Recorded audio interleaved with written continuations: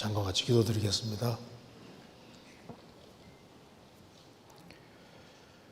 저희를 사랑하시는 하나님 아버지, 오늘도 저희들을 한자리에 불러 모아주시고 하나님의 말씀을 배울 수 있게 해주신 것을 감사합니다.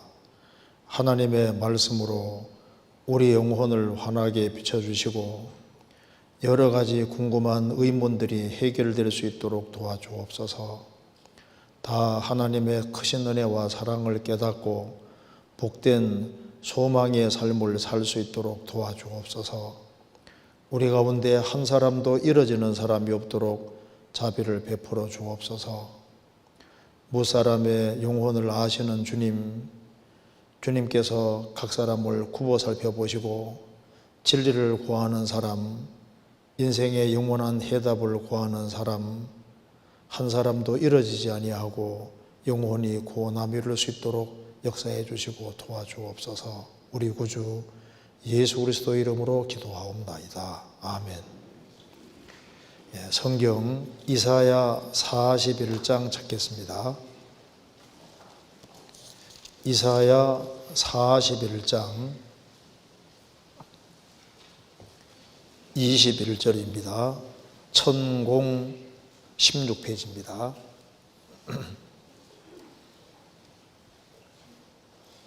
제가 읽겠습니다. 41장 21절입니다. 나 여호와가 말하노니 너희 우상들은 소송을 일으키라. 야곱의 왕이 말하노니 너희는 확실한 증거를 보이라. 장차 당할 일을 우리에게 진술하라. 또 이전 일에 어떠한 것도 고하라. 우리가 연구하여 그 결국을 알리라. 혹 장대사를 보이며 후레사를 진술하라. 너희의 신됨을 우리가 알리라. 또 복을 내리든지 화를 내리라. 우리가 함께 보고 놀라리라. 과연 너희는 아무것도 아니며 너희 일은 허망하며 너희를 택한 자는 가증하니라. 42장 8절은 같이 읽겠습니다. 나는 여호와니 이는 내 이름이라. 나는 내 영광을 다른 자에게 내 찬송을 우상에게 주지 아니하리라. 거기까지입니다. 우리가 어제 시간에 100년도 못 되는 짧은 생을 살아가는 인생이 절대적으로 해결해야 될 문제가 있다고 말씀을 드렸습니다. 우리가 해결해야 될 문제는 도대체 사람이 무엇일까? 나는 어디에서 왔을까? 나는 왜 여기에 존재할까? 그리고 죽음을 건너갈 때 어디로 가는가? 이것이 가장 근본적이고 근원적이고 중요한 문제입니다. 그런데 이 근본적인 문제는 공부를 많이 한다고 풀려지는 것이 아닙니다. 지금까지 공부 많이 하셨잖아요. 세상 공부는 세상 사는 데는 도움이 됩니다. 그런데 우리 인생의 근본적인 문제는 풀어주지 못하는 겁니다.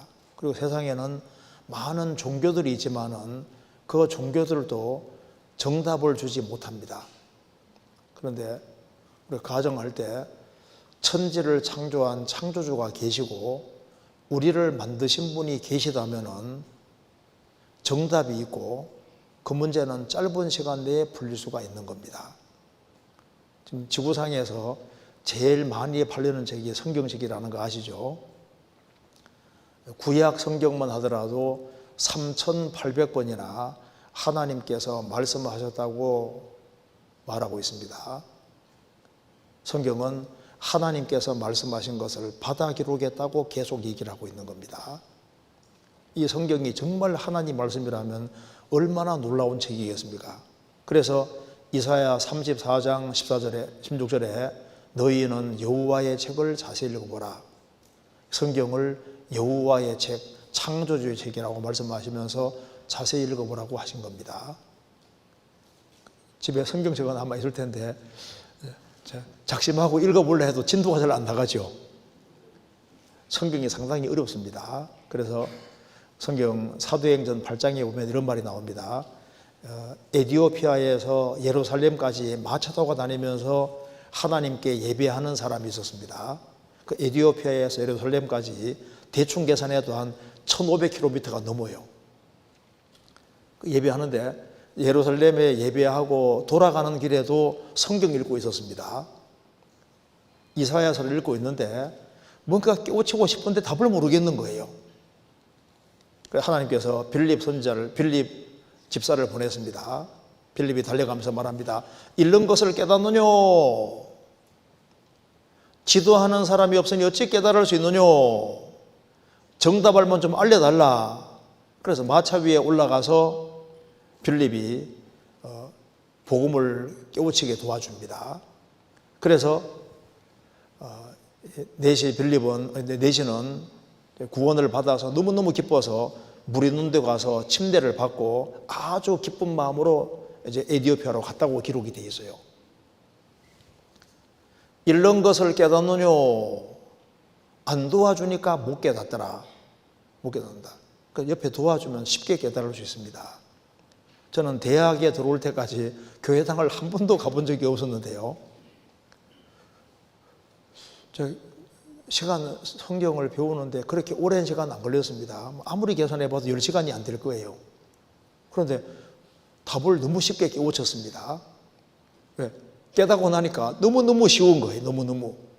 하나님께서 인생 문제를 푸는 걸 아주 쉽게 해놨습니다. 그래서 귀를 기울이고 잘 듣기만 들으면 인생 문제가 그냥 풀리도록 되어 있습니다.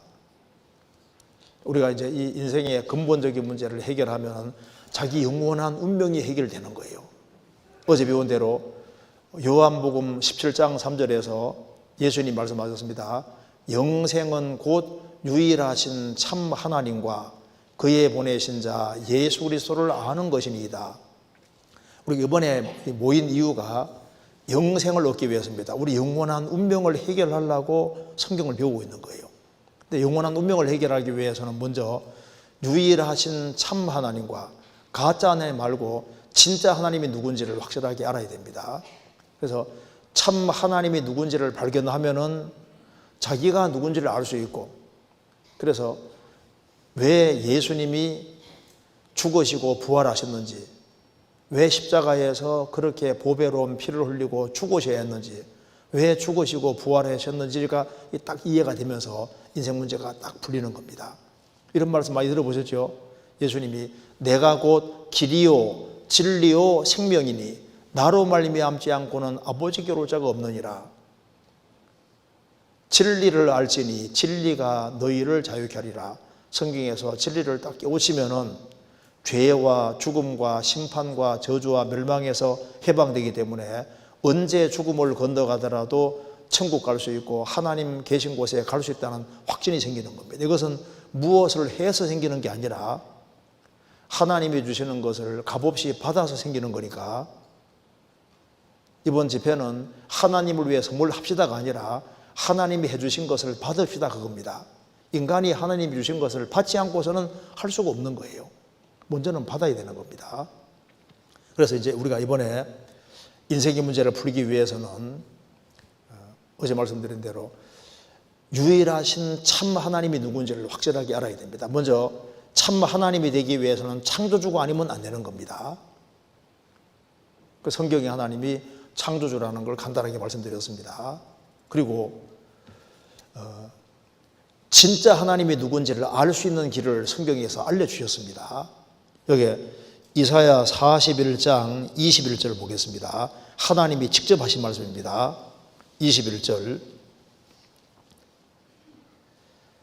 나 여호와가 말하노니, 여호와는 42장 8절에 말한 대로 나는 여호와니 이는 내 이름이라.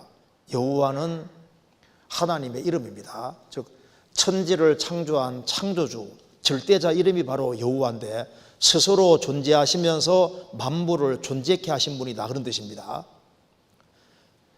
나 여호와가 말하노니 너희 우상들은 소송을 일으키라.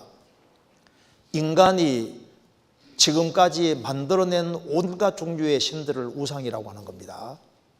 제가 인도에 전도하러 몇 번 갔었는데 인도는 3억 3천만 가지 이상의 신이 있다고 합니다. 몇 개라고요? 3억 3천만 가지. 인도 옆에 네팔, 팔이 4개란 말이 아니라 네팔이라는 나라죠. 네팔은 신이 2억이에요. 2억.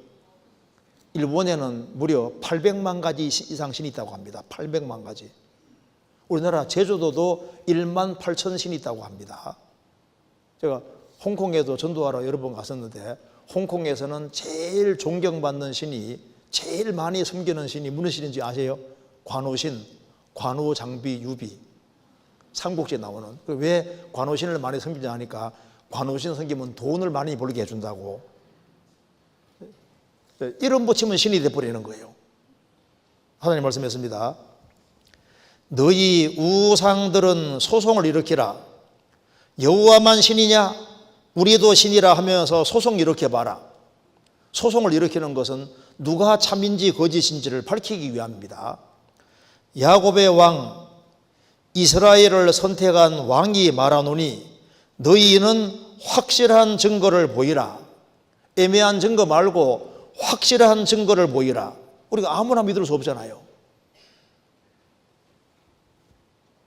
인생은 한 번밖에 없습니다.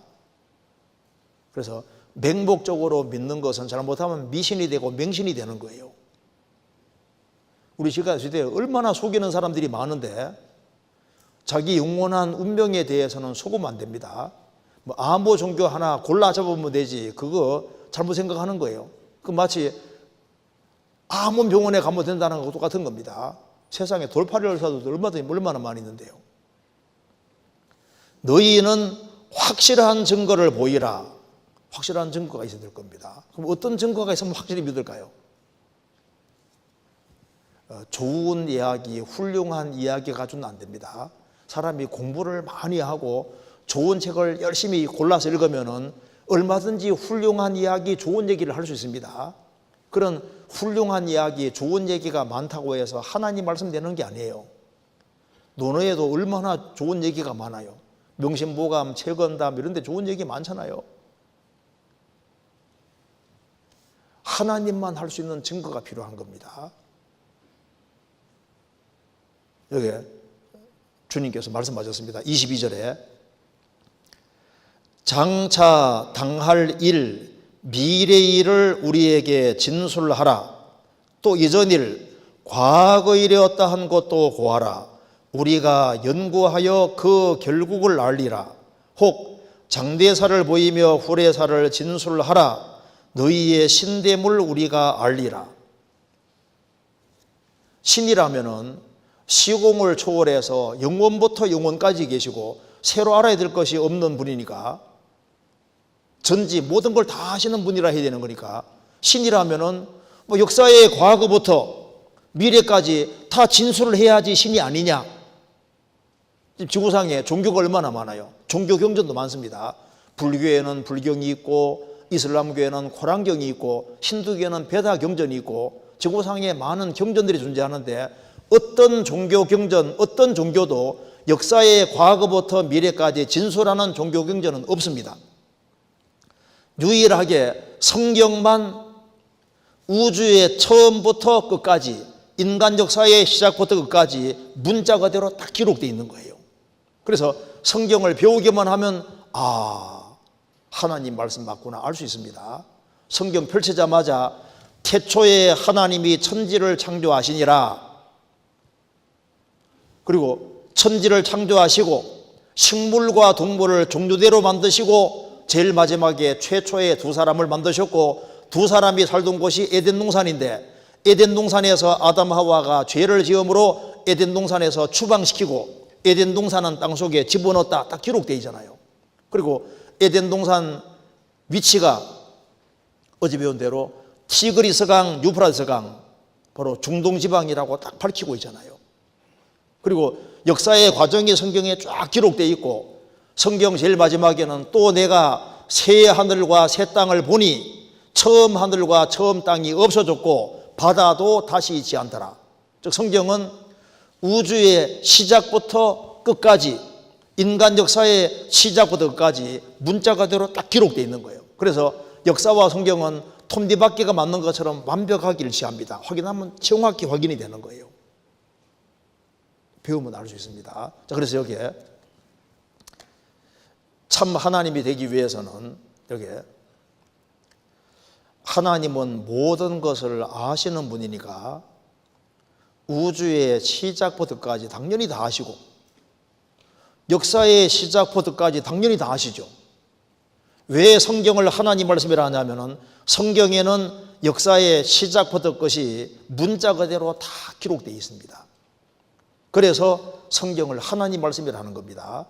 성경은 1600년 동안 기록됐는데 역사의 과거부터 미래까지 다 기록되어 있습니다. 그래서 성경이 하나님 말씀인 증거는 성경에는 인류 역사의 과거, 현재, 미래가 미리 다 기록되어 있다는 점, 이것이 바로 성경이 하나님 말씀이라는 증거인 겁니다. 그래서 역사와 성경은 톱니바퀴가 맞는 그냥 딱 맞아 들어갑니다. 제가 원래 전공이 서양 역사입니다. 저는 원래 들어올 때 사학과로 들어왔는데 원래 동양사학을 하려고 제가 들어왔습니다. 대학을 갔는데 친구들이 같이 동양사학을 하려고 들어갔는데 저는 서자만 들어도 싫었거든요. 서양 서자만 들어도. 좀 옛날부터 고리타분하게 나는 동양 사람이니까 동양, 서양은 아주 제가 싫어했어요. 그래서 사람이 이제 동양사학을 공부해야 되겠다.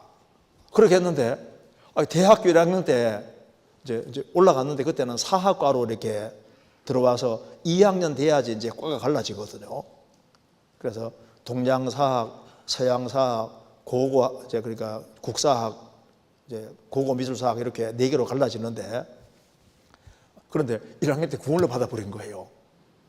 1983년도 9월 25일 오후 4시경에 거듭났습니다. 자기가 알 수 있습니다. 거듭난 사람은 예수님이 요한복음 3장에서 사람이 거듭나지 아니하면 하나님 나라를 볼 수 없느니라고 말씀하셨잖아요.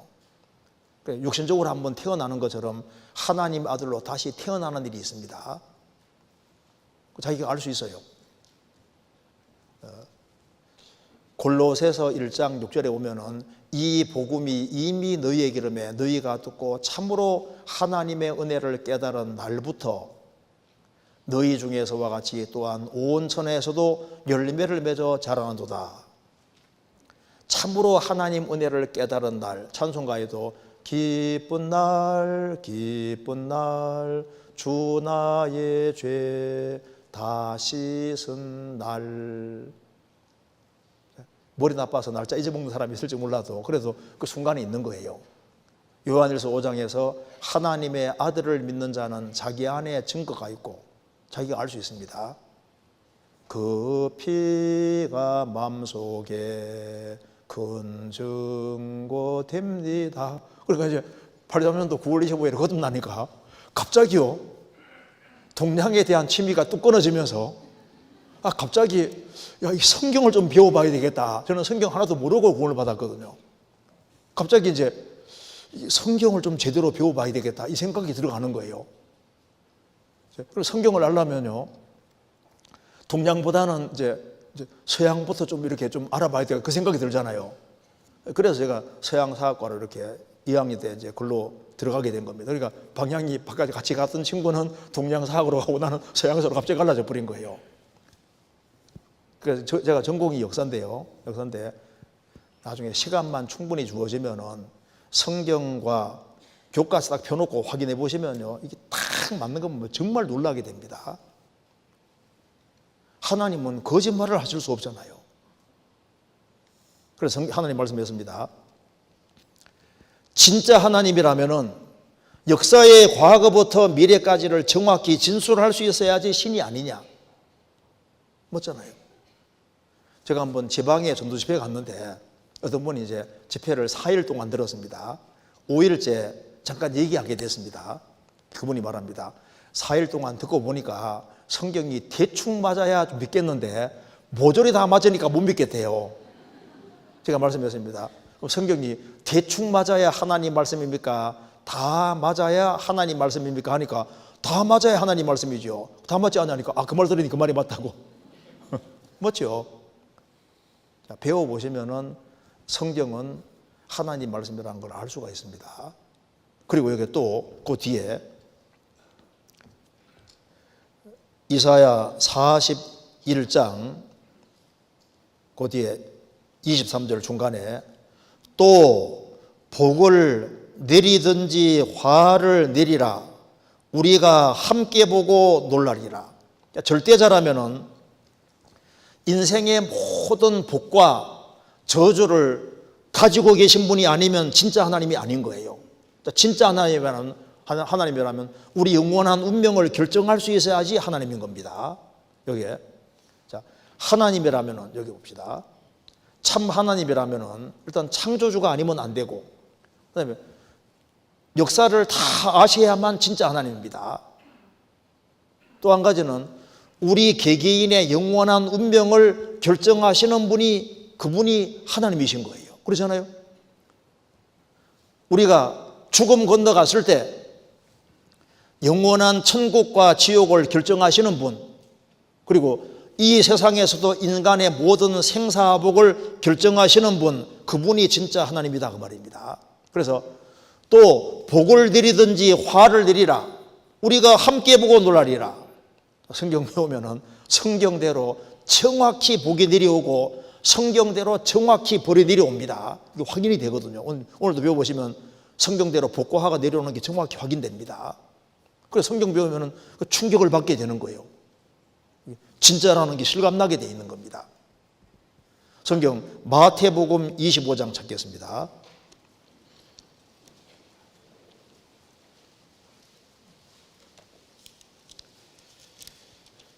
(25장) 31절 25장 31절입니다. 제가 읽겠습니다. 인자가 자기 영광으로 모든 천사와 함께 올 때에 자기 영광의 보좌에 앉으리니 모든 민족을 그 앞에 모으고 각각 분별하기를 목자가 양과 염소를 분별하는 것 같이 하여 양은 그 오른편에 염소는 왼편에 두리라. 그때 임금이 그 오른편에 있는 자들에게 이르시되 내 아버지께 복받을 자들이여 나와 창세로부터 너희를 위하여 예비된 나라를 상속하라. 41절 또 왼편에 있는 자들에게 이르시되 저주를 받은 자들아 나를 떠나 마귀와 그 사자들을 위하여 예비된 영영한 불에 들어가라. 46절 저희는 영벌에 의인들은 영생에 들어가리라 하시니라. 예수님이 말씀하셨습니다. 인간은 결국 두 쪽으로 갈라질 것을 말씀하시면서 목자가 양과 염소를 분별하는 것처럼 양은 오른편에 염소는 왼편에 둘 것이다. 인생이 둘로 갈라질 것을 말씀하신 겁니다. 그러면서 34절에 그때 임금이 그 오른편에 있는 자들에게 이르시되 내 아버지께 복받을 자들이여 나와 창세로부터 너희를 위하여 예비된 나라를 상속하라. 이 문장이 굉장히 중요합니다. 이거 한번 보세요. 이 문장 보시면은 오른편에 있는 자에게 뭐라 했습니까? 창세로부터 너희를 위하여 예비된 나라를 상속하라. 여기에 창세로부터 너희를 위하여, 여기에 예비된 나라는 바로 천국을 말합니다. 천국은 누굴 위해 준비해놨냐면 여기에 너희를 위하여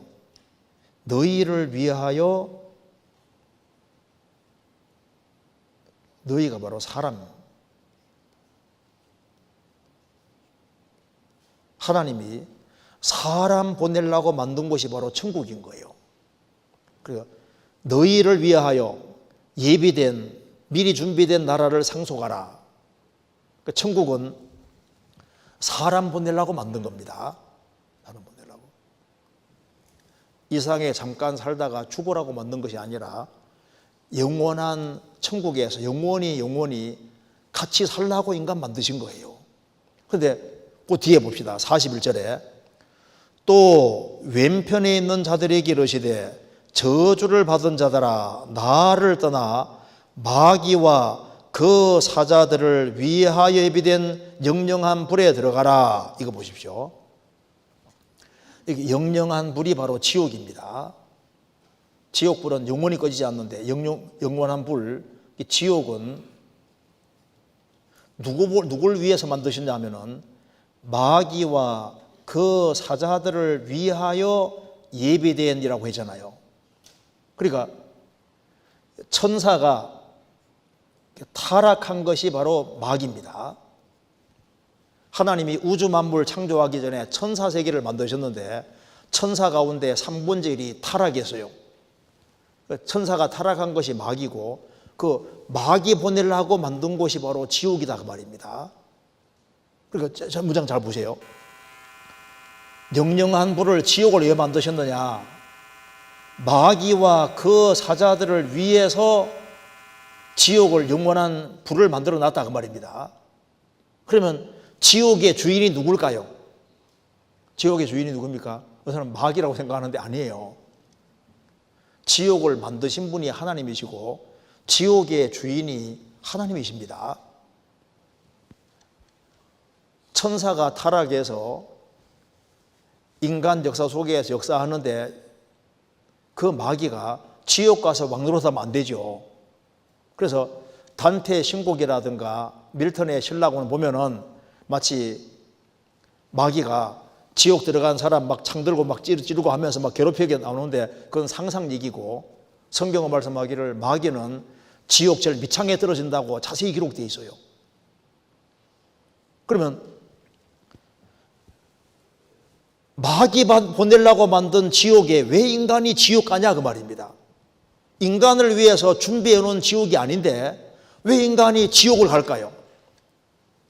인간은 하나님의 형상대로 지음받았고 영원한 축복을 주시려고 하시는데 인간을 위해 천국을 준비해 놨는데 왜 인간이 천국 가지 않고 지옥 가느냐 하면은 인간을 위해서 준비 안 해놓은 지옥에 왜 갈까요? 그 이유는 일생을 살아가며 하나님은 사람 배후에 역사하셔서 하나님을 찾도록 계속 유도하시는데 끝까지 하나님을 등지는 겁니다. 인간은 짐승과 다르게 발을 땅에 짚고 머리를 위로 쳐들고 위를 항상 의식하도록 하나님을 의식하고 지원받은 겁니다. 평생 하나님 걸 쓰고 누리고 살면서 하나님에 대해서 아무 생각도 없는 거예요. 그리고 하나님은 인간 배후에 계속 역사하시는데 지금까지 하나님에 대해서 만문 닫고 누구 말만 들어왔냐면 마귀 말만 들어온 겁니다. 그렇잖아요. 그래서 끝까지 하나님을 등지는 길을 택하기 때문에 마귀 따라서 지옥 가는 거예요. 여기 양은 오른편에 염소는 왼편이라고 했는데 양과 염소는 기질이 너무 다릅니다. 이거 한번 봅시다. 여기 양은 그 오른편에 염소는 왼편이라고 했잖아요. 여기 보시면은 양은 염색체 수가 54개입니다. 염소는 60개예요. 그러니까 양하고 염소는 종 자체가 달라요. 그리고 염소는 색깔이 하얀 염소도 있지만은 대체로 기본 색깔이 검은색이잖아요. 양은 기본 색깔이 흰색입니다. 그리고 양은 풀 뜯어 먹을 때 위에도 있고 아래도 있을 때 아래 고개를 푹 숙이고 아래 거 먹는 거 좋아합니다. 양은 아래도 있고 위에서 무조건 고개 쳐들고 먹는 걸 좋아해요. 습성이 다릅니다. 고개 쳐드는 거 좋아하거든요. 그리고 여기 꼬리 모양 보면 알 수 있는데 꼬리가 탁 내려가 있는 것은 양이에요. 꼬리 올라간 것은 뭡니까? 염소입니다. 요건 양이고 요건 염소인 거예요. 금방 알 수 있겠죠? 요거 봐요. 요게.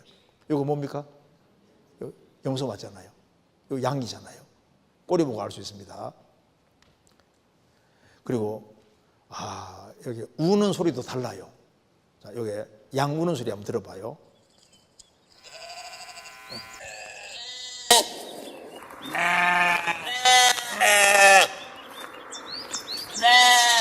자, 이제 이거 염소 소리 들어봅시다. 좀 방정 맞죠?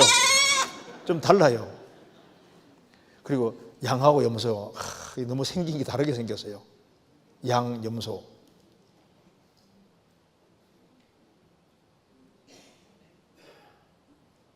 염소 고집이 얼마나 센지 몰라요. 이거 봐요. 내가 믿을 줄 알고 버티는 것 봐요. 염소는 열받으면 막 사람 들이받습니다. 이거 봐요. 그리고 염소는 그렇잖아요. 원래 그러잖아요. 염소. 그러니까 양과 염소가 너무 다릅니다. 자, 하나님은 여기 말씀하시기를 46절에 저희는 영벌에 의인들은 영생에 들어가리라. 한번 따라해 봅시다. 한 번 죽는 것은 사람에게 정하신 것이요 그 후에는 심판이 있으리니 죽음 뒤에 심판이 다 기다리고 있는 거예요. 심판이.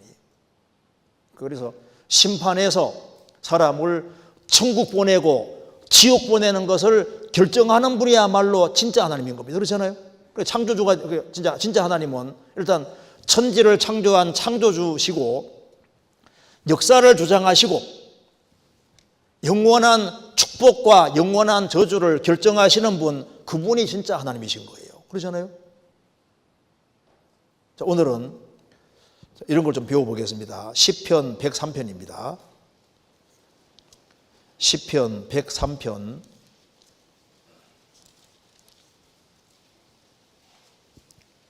19절.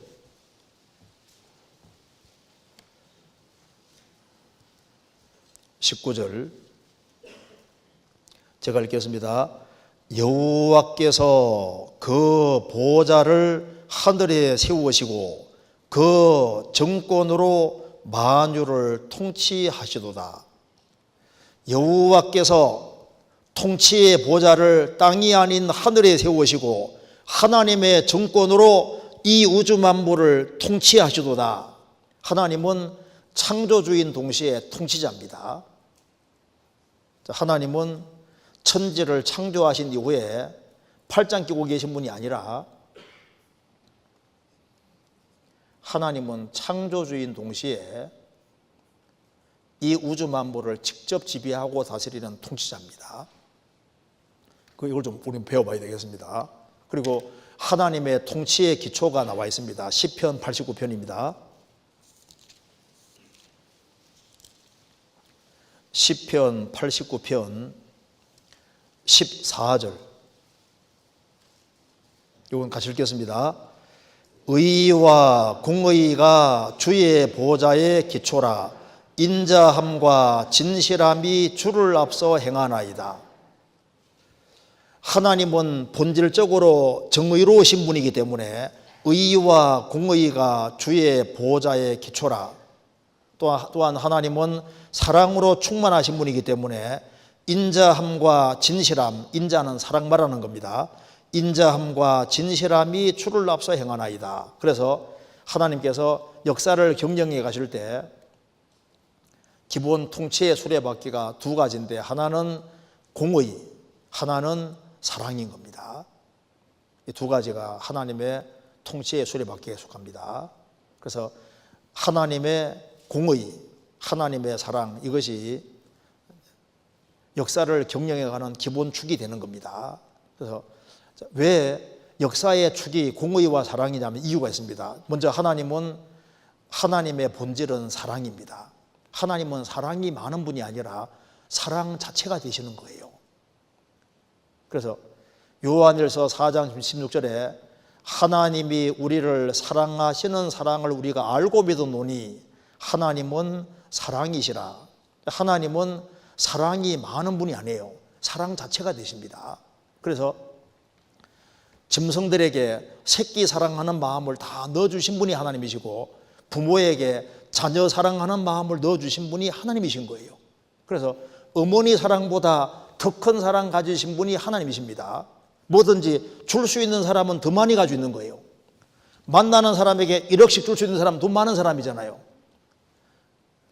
각각의 어머니들에게 자식 사랑하는 마음을 넣어주시는 하나님은 더 많이 가지고 계신 겁니다. 하나님은 사랑 자체가 되시는 거예요. 그래서 여기에 이사야 49장 15절에 여인이 어찌 그 젖먹는 자식을 잊겠으며 자기 태에서 난 아들을 긍휼히 여기지 않겠느냐. 그들은 혹시 잊을지라도 나는 너를 잊지 아니할 것이라. 어머니는 자기 태에서 난 아들을 불쌍히 여기고 젖먹는 자식을 불쌍히 여기잖아요. 태 속에 있는 애기도 얼마나 귀하게 생각하는데요. 여기에 한 어머니가 아기가 이제 이렇게 들어섰는데 이 암 치료 받으면 아기가 죽어요. 그래서 암 치료를 포기하고 태아 살린 모성애 뱃속의 아기 위해 항암 치료 포기한 엄마 감동이라 그랬습니다. 보니까 아기가 이제 있는데 아기 살릴 거냐 암 치료 받을 거냐. 그래서 결국은 고민 끝에 그녀는 아기를 살리기 위해 항암 치료를 포기했습니다.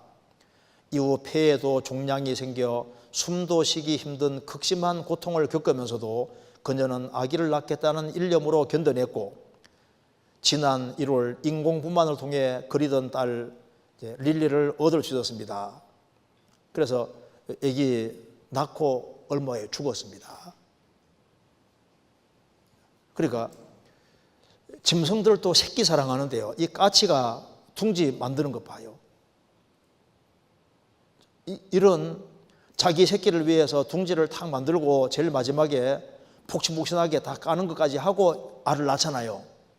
이런 지혜를 누가 줬을까요? 어쨌든 새 대가리 놀리면 안 됩니다. 이런 지혜를 하나님 주신 거예요. 그래서 어릴 때 제비가 알 낳고 이게 하는 걸 봤는데요. 보면 너무너무 신기하더라고. 이게 집을 만드는 걸 보면요. 너무너무 신기한 거예요. 이게 저절로냐고. 이런 본능을 하나님이 넣어주신 겁니다. 재봉새. 어제 보여드렸잖아요. 이 모성애가 정말 큰 것이 문어입니다. 그래서 모든 짐승들이 보시면 기본 특징 보면 자기 새끼는 다 사랑합니다. 그렇죠? 기본 특징이 새끼는 다 사랑해요. 이거 봐요.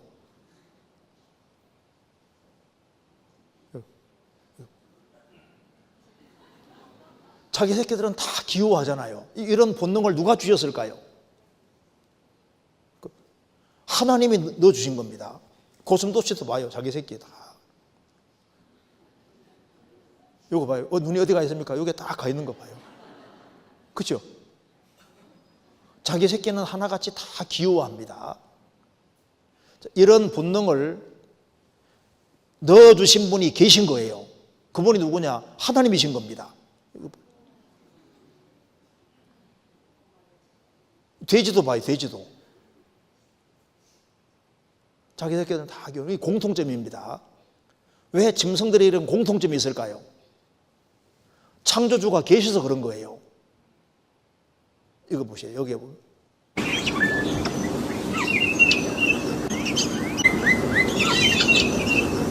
골고루도 넣어주잖아요. 골고루도.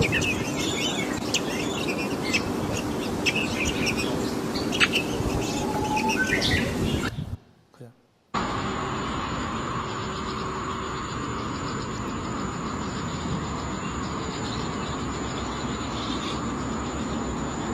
자, 하나님은 이게 본질이요 사랑입니다. 그래서 사슴이 새끼 위에 대충 봐요. 여기 보면요, 이제 사슴이 새끼들과 놀고 있었거든요. 근데 갑자기 치타가 달려왔어요. 치타가 달려오니까 새끼를 자기는 도망갈 수 있었는데 새끼 탈출시키려고 늠름하게 새끼를 딱 보면서 잡아먹히는 거 봐요. 자기 새끼 때문에 목숨 버리는 거 봐요. 이런 일 많습니다. 영양이 새끼 위에 대신 죽는데 이제 새끼가 먼저 그 다음에 이제 어머니가 가야 되는데 새끼가 가고 있는데 악어가 달려오니까 어머니가 어떻게 하는지 보세요.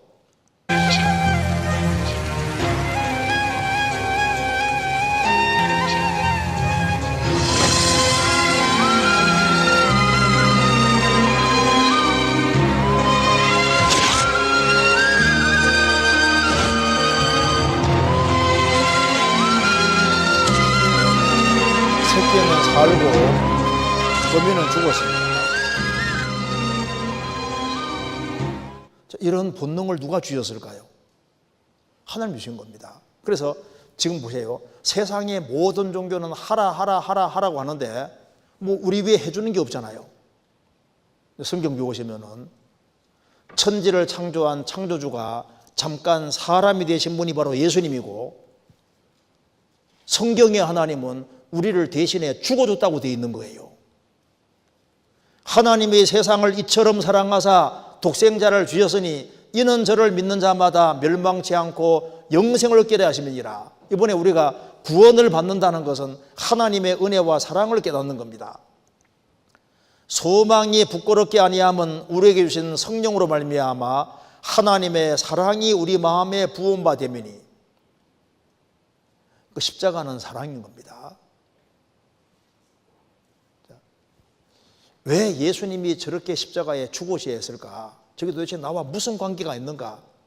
이거 딱 깨우치면은 인생 문제가 딱 풀려지게 돼 있어요. 먼저, 그래서 하나님은 본질이 사랑이시기 때문에 하나님의 통치의 기초가 바로 사랑인 겁니다. 또 한 가지는 하나님은 공의롭습니다. 하나님은 본질은 공의와 정의입니다. 그래서 하나님은 무한한 공의 가지고 있습니다. 욥기 37장 23절에 전능자를 우리가 측량할 수 없나니 그는 권능이 지극히거사 심판이나 무한한 공의를 굽히지 아니하심이니이다. 하나님은 무한한 공의를 가지고 계십니다.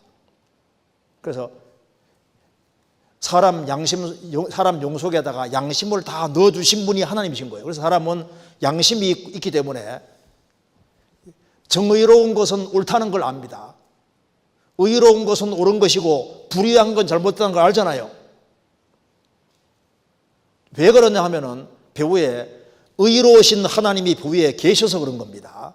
그래서 여기에 이제 하나님의 통치, 하나님이 역사를 경영할 때 하나님은 정의로운 분이니까 통치의 하나 기초가 바로 공의입니다. 공의, 정의.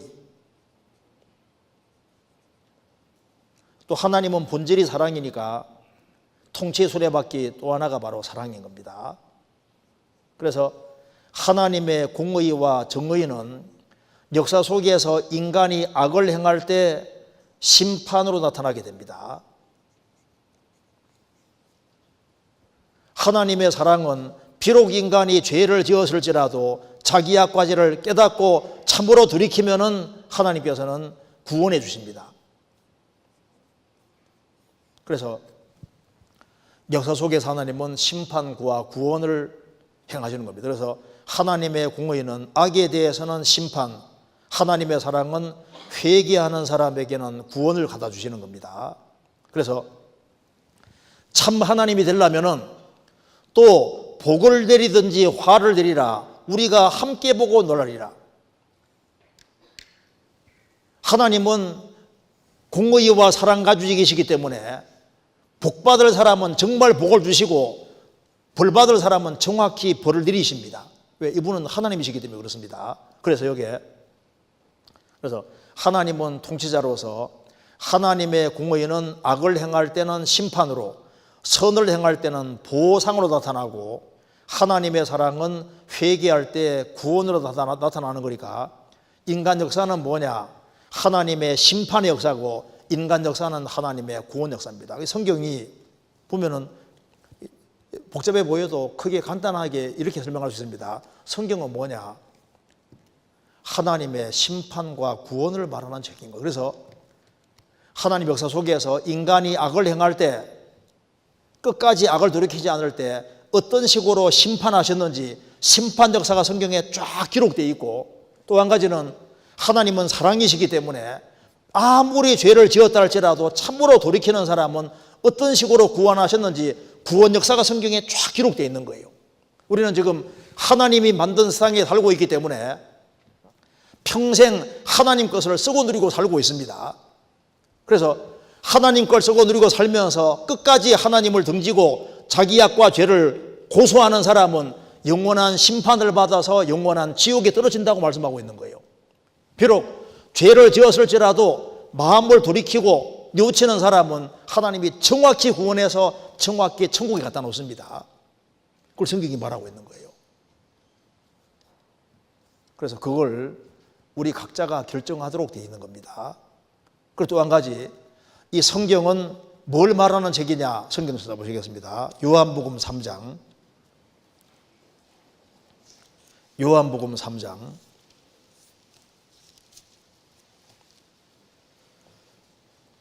3장 12절입니다.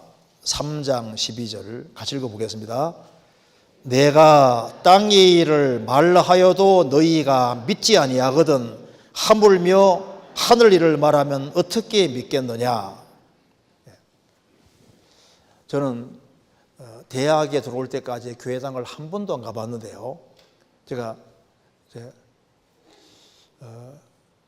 먼저 거듭난 친구가 제게 성경을 한번 배워보자 해가지고 이제 성경을 배우는데 깜짝 놀랐어요.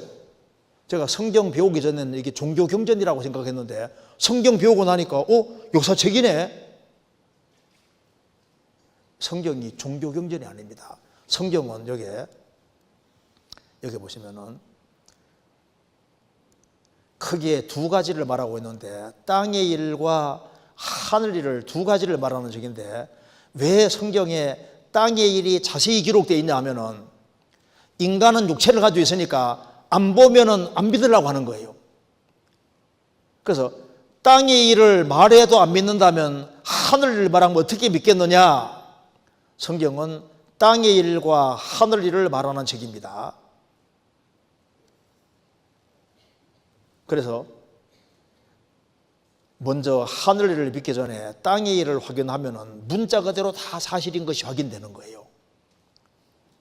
예수님이 요한복음 17장 17절에서 저희를 진리로 거룩하게 하옵소서 아버지의 말씀은 진리니이다 라고 말씀하셨습니다.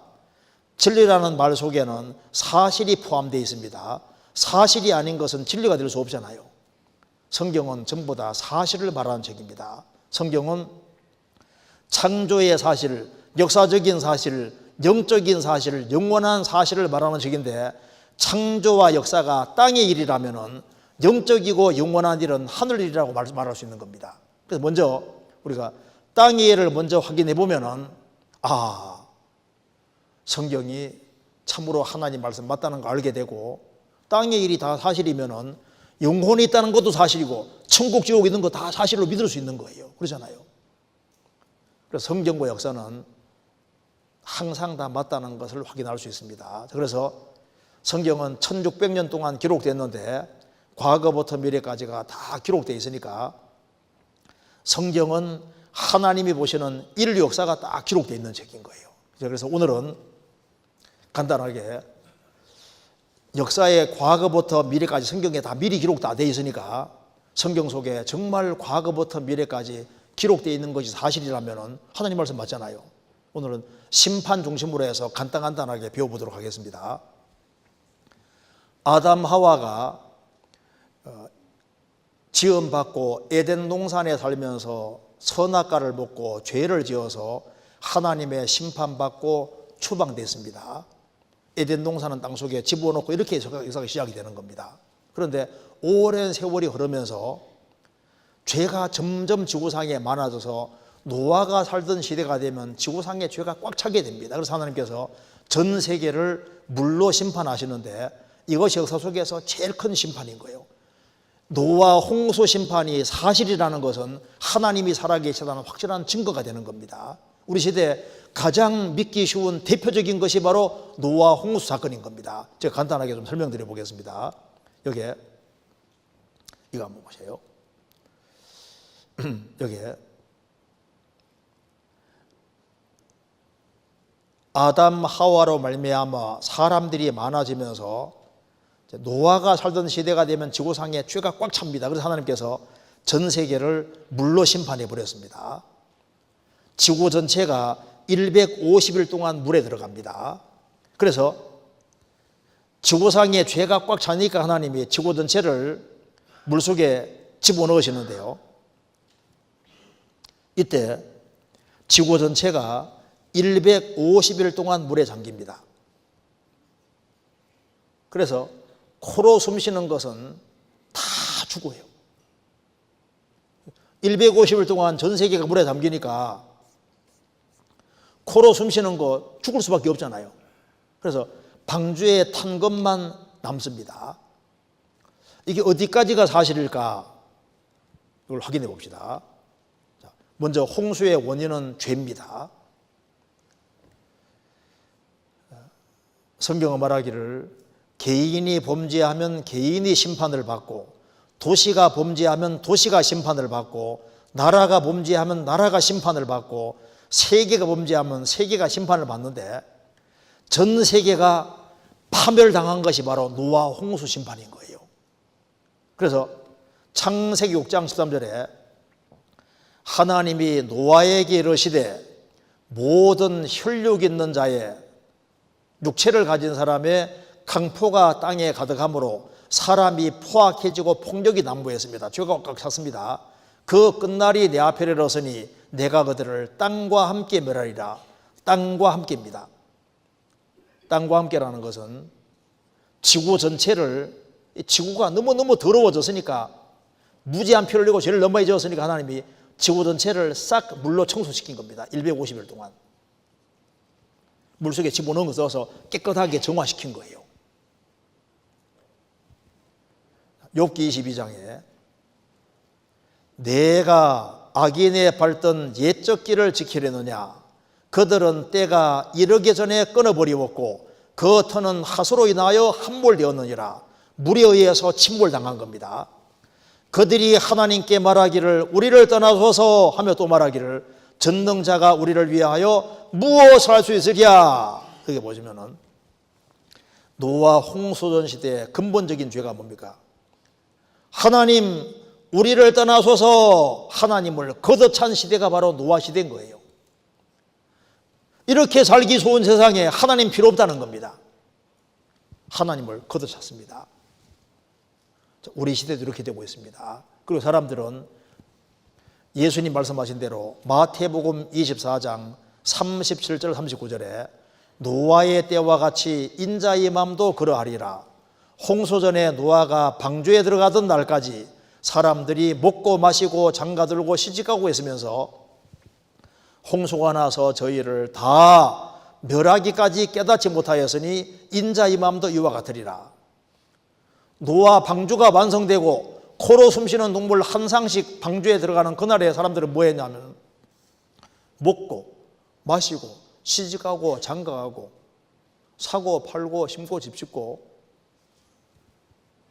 요 몸뚱아리 육신 제외하고는 아무 생각이 없는 거예요. 먹고 마시고 즐기고. 자, 우리 시대도 영혼에 대한 관심이 급속도로 줄어들고 있습니다. 그저 먹고 마시고 즐기고 그것밖에 생각 안 하는 사람이 너무 많잖아요. 노아 시대가 그래요. 노아 시대가. 그런데 이 시대에 정말 진리 가운데 사는 사람이 있었습니다. 바로 노아입니다. 하나님이 노아를 불러서 노아에게 방주를 만들라고 명령하셨습니다. 그래서 노아는 하나님 명령을 따라서 방주를 만들었고 코로 숨쉬는 동물들을 종교대로 한 상씩 들어가고 그리고 노아가 아무리 회개하라 해도 회개하지 않습니다. 그래서 구원 방주에서 물로 말미암아 구원을 얻은 자가 몇 명뿐이니 겨우 8명이라. 노아 식구들밖에는 안 들어가잖아요. 그래서 방주문은 결국은 닫혔습니다. 하나님이 방주문을 닫아버렸어요. 그리고 전 세계적으로 홍수가 왔는데요. 사람들은 노아를 비웃었습니다. 이렇게 좋은 세상에 무슨 세계적인 홍수가 오냐고. 전 세계 40일 밤낮으로 비가 오면서 이제 비가 오기 시작하니까 사람들이 설마 했는데 정말 계속 오거든요. 그래서 이제 방주문을 두드리지만 그때는 기회가 영영 지나갔습니다. 그래서 전 세계가 물에 의해서 완전히 파멸당한 겁니다. 자, 이게 어디까지가 사실일까요? 이런 전 세계적인 홍수를 피하기 위해서는 보통 배로는 피할 수가 없습니다. 특수한 배가 필요해요. 그래서 성경에서는 노아 방주에 대해서 크기가 정확히 기록되어 있습니다. 방주의 크기를 보면은 그 방주의 제도는 이러하니 크기가 나와 있습니다. 장이 길이가 300규빗, 1규빗이 대략 46.5cm 됩니다. 광이 넓이가 50규빗, 고 높이가 30규빗이며 거기에 창을 내되 위에서부터 한 규빗을 내고 그문은 옆으로 내고 상중하 3층으로 할지니라. 하나님이 설계도 내려주셨습니다. 꼭 이렇게 설계해야만 홍수를 피할 수 있습니다. 이 치수로 계산하면 대략 길이가 138m, 넓이가 23m, 높이가 14m 되는 배가 나옵니다. 1992년에 해사기술연구소가 방주 촉소묘형 만들어서 실험해 보니까 현대의 최첨단 조선공학적 기법으로 제작된 그 어느 선박보다 뛰어난 안정성 갖고 있는 배라는 게 실증이 됐습니다.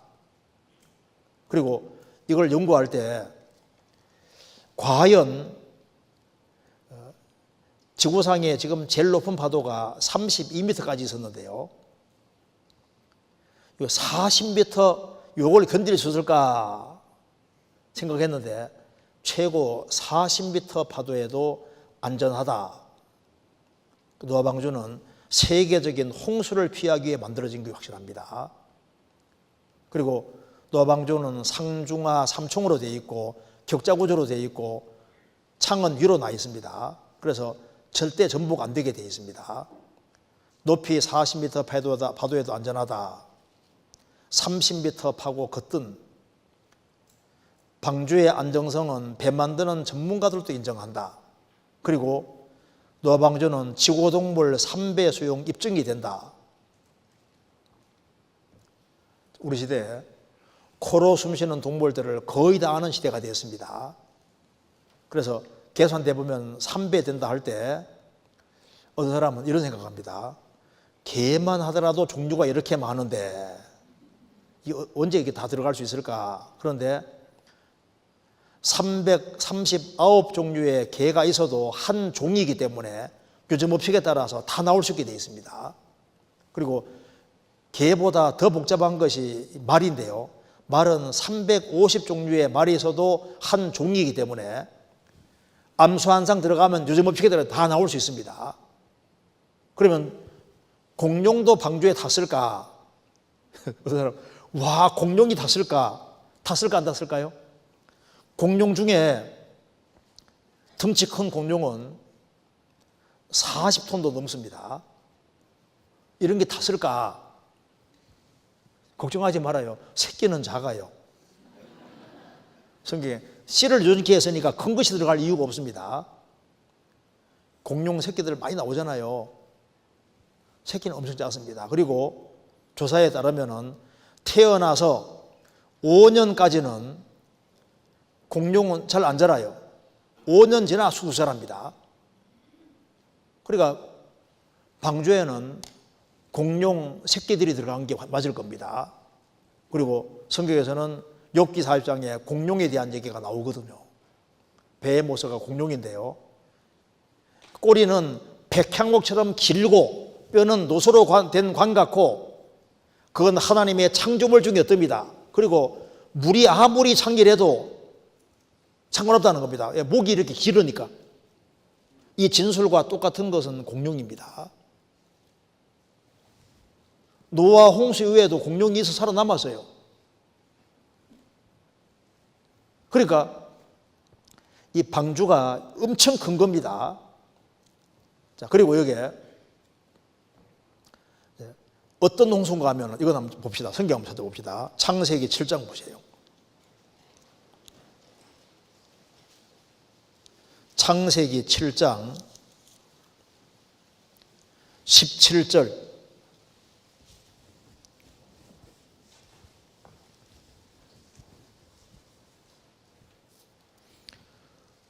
홍수가 땅에 40일을 있었는지라 물이 많아져 방주가 땅에서 떠올랐고 물이 더 많아져 땅에 창이라며 방주가 물 위에 더 다녔으며 물이 땅에 더욱 창렬하며 천하의 높은 산이 다 덮였더니 물이 불어서 15급에서 오르매 산들이 덮인지라. 땅 위 움직이는 생물이 다 죽었으니 곧 새와 육축과 들짐승과 땅에 기는 모든 것과 사람이라. 육지에서 코로 생명의 기식을 호흡하는 것은 다 죽었더라. 지면의 모든 생물을 썰어버리시니 곧 사람과 짐승과 기는 것과 공중의 새까지라. 이들은 땅에서 썰어버림을 당하여서되 홀로 노아와 그와 함께 방주했던 자만 남았더라. 물이 150일을 땅에 창렬하였더라. 이게 뭘 얘기하고 있습니까? 지구 전체가 물에 잠겼다. 노아와 홍수에는 산이 이 구릉진 산이기 때문에 높은 산이 없었어요. 노아와 홍수 후에 높은 산이 생기는 겁니다. 조금 이따 보여드리겠습니다. 그리고 지면의 모든 생물을 다 쓸어버렸습니다. 그래서 코로 숨쉬는 것은 다 죽임당했습니다. 이것이 사실이라면 증거가 있지 않겠어요? 제가 간단하게 증거를 몇 개 보여드리겠습니다. 자, 세계적인 홍수가 정말 있었습니다. 첫째, 여기 한번 봅시다.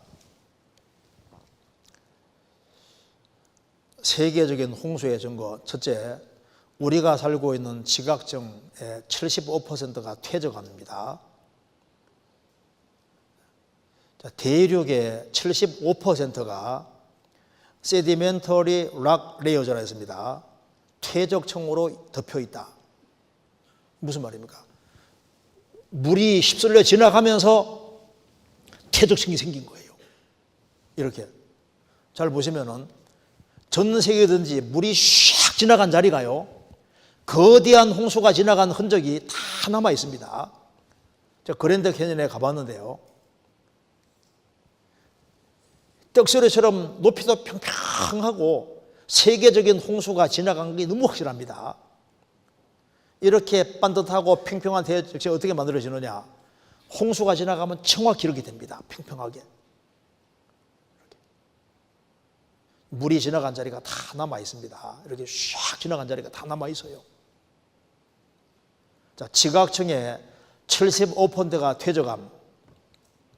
고지대에 수억 마리 물고기 확도 증명하고 있다. 자, 그리고 여기에 바다 생물 화석이 높은 산에서 항상 나옵니다. 물이 산들 위에 섰더니 주의 견책을 인하여 도망하며 산은 올라가고 골짜기는 내려간나이다. 자, 지구 전체가 물에 잠겼는데 노아 홍수 후에 산이 올라갔어요. 그러니까 물속에 딱 올라갔으니까 높은 산에서 뭐가 생길까요? 당연히 물속에 사는 화석들이 나올 수밖에 없는 겁니다. 자, 전 세계 높은 산에서 바다 생물 화석들이 그대로 발견되는데요, 여기 황색으로 칠해놓은 것이 높은 산맥 표시인데 지구상의 높은 산맥 어디든지 다 물속에 있었습니다. 제가 몇 군데 한번 잠깐 보여드리겠습니다.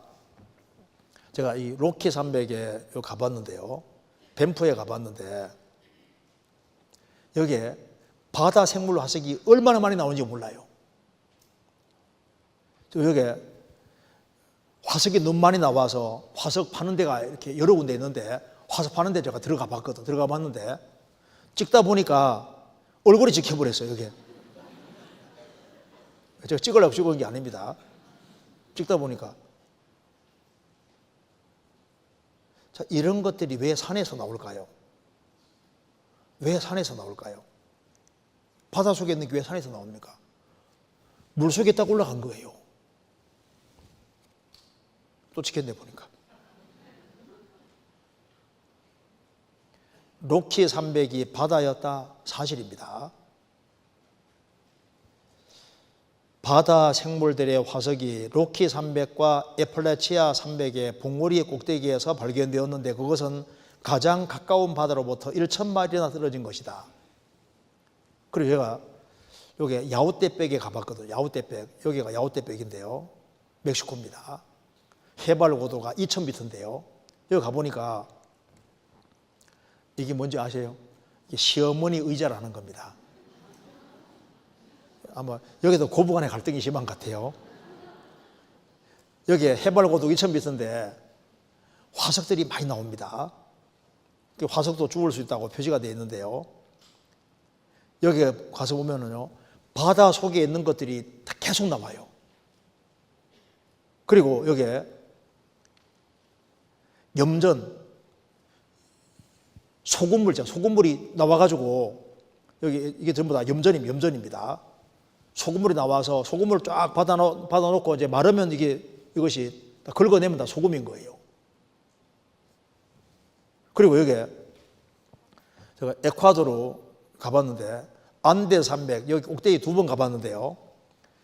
안데스 산맥에 남아있는 조교화석은 산들이 융기 올라가서 의미한다. 물속에 딱 올라간 거예요, 전부 다. 그리고 여기 보시면은요, 먹는 굴이 이렇게 큰 곳도 나옵니다. 해발고도 3200m에서. 그리고 여기에 고래화석들이 산에서 나오는 거예요. 산꼭대기에서 고래화석들이 나온다. 안데 산맥 꼭대기에서 고래화석들이 발견된다. 맞죠? 높은 데서. 제가 여기에 4167m 여기에 2번 가봤습니다. 그러니까 그 안데 산맥도 물속에 들어가 있었어요. 제가 스페인 여기 꾸엔카에 2번 가봤는데요. 여기 마드리드에서 차 몰고 한 2시간 가면 꾸엔카 나오는데 해발 고도가 1450m 정도 되는데요. 여기 완전 내륙인데 참 신기한 것은 물속에 잠겨 있었고 높이도 똑같아요. 똑같이 깎여서 여기에 화석이 얼마나 많이 나오는지 몰라요. 그래서 제가 처음 갔을 때 찍은 것이 바로 이겁니다. 바다 속에 있는 것이 그대로 나오잖아요. 2번째 갔을 때 찍은 것이 이겁니다. 또 많이 캐가지고 팔고 있더라고요. 이런 것이 왜 산에서 나올까요? 이런 것이 전 세계적인 현상이다 그 말입니다.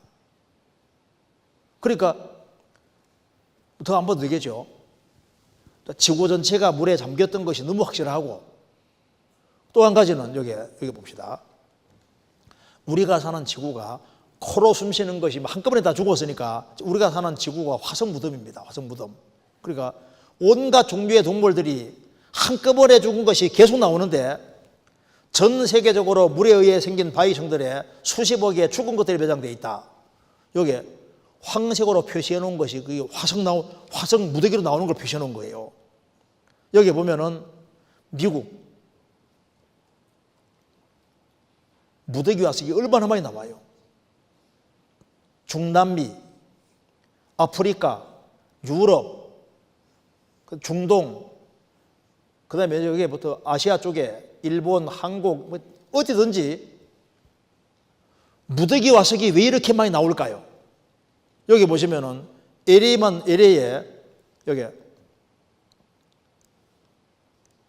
미국 로스앤젤레스 산타바바라 분지에선 5억 마리 물고기 화석이 묻혀 있음이 확인됐고 5억 마리. 여기에 남아프리카 공화국 여기에 카루에 여기에는 척추동물뼈가 얼마나 많은지요. 카루 국립공원 여기에 이런 척추동물뼈가 얼마나 많은지 계산을 해보면은 12km 두께로 막 어마어마하게 화석이 있는데 계산을 해봤을 때 어느 정도의 화석이 있느냐 학자들이 대충 계산을 했는데 7,000억 개 정도 될 거다. 또 안 놀라시네. 7,000억 개 정도의 뼈들이 한꺼번에 확 나면요 어마하게 많은 동물들이 살다가 이게 한꺼번에 그냥 샥 죽은 거잖아요. 그잖아요. 여기에 미국의 네브라스카 주입니다. 동물들이 한꺼번에 막 무더기로 죽은 것이 계속 나오잖아요. 그리고 갑작스럽게 매몰됐습니다. 보통 홍수로 화석이 안 생깁니다. 죽으면 물고기가 바로 부패돼 버리잖아요. 그런데 얼마나 생생하게 보존되어 있는지 이렇게 되려면은 딱 먹는 순간에 먹어보지도 못하고 화석이 됐습니다. 이런 식으로 되려면은 보통 죽으면 이렇게 되는데, 여기에 물과 함께 엄청난 퇴적물, 저탕류, 여기 이제 흙을 동반하는 물이 슉 지나가는데 보통 시속 100km 이상 속도가 되지 아니하면 화석이 안 생기는 거예요. 그러니까 아주 생생하게 보존되어 있습니다. 이런 게 전 세계적으로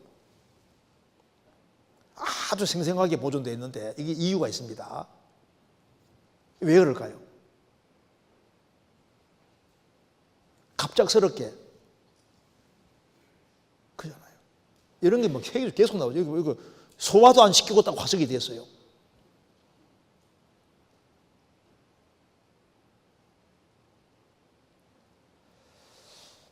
자, 여기에 제가 비디오를 여기에 새끼 나오면서 딱 죽어버렸어요. 새끼 보이죠?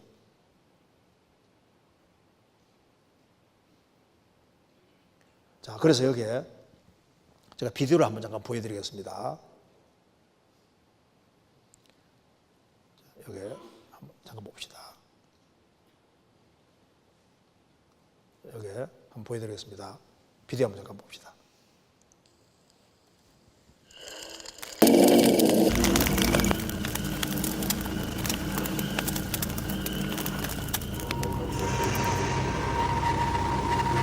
Dead organisms usually don't last long. Scavengers and bacteria consume them quickly. Soft tissues rarely last more than days or weeks, and hard parts like bones or shells only a month or two. But the rocks of Earth contain billions and billions of fossils, and in many places, millions of fossils are exquisitely preserved, even soft parts. How could this be? To preserve a body, it needs to be put in a safe place. Extremely cold or dry places would protect them, but most organisms don't live in those conditions. There is another solution: rapid burial. If a body is sealed from oxygen and out of reach of burrowing animals, then it has a good chance of fossilizing intact. Rapid burial is uncommon today, but there's much evidence of massive burials in the past. Not only are many fossils well preserved, they're found amidst very fine sediment layers. Fine layers rarely last in the present because all sorts of animals are digging around in the mud and soil, searching for food. In just a few weeks or months, the original layers are destroyed. But in the fossil record, churned up sediments are rare. If these sediments were laid down rapidly, however, they'd prevent burrowers from doing their job. And there are thousands of feet of such layers in the fossil record all over the world. This suggests that moving water laid down mud and sand rapidly over a wide area. And the process lasted several months. A year-long global flood, as described in the Bible, is the best explanation we know for the well-preserved fossils and fine layering throughout the rocks of the earth.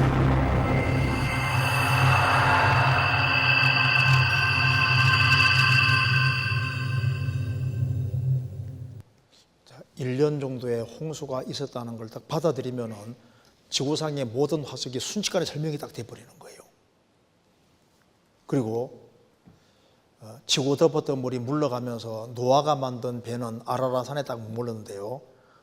아라라산에 방주가 있어요. 여기 창세기 8장 보시겠습니다. 8장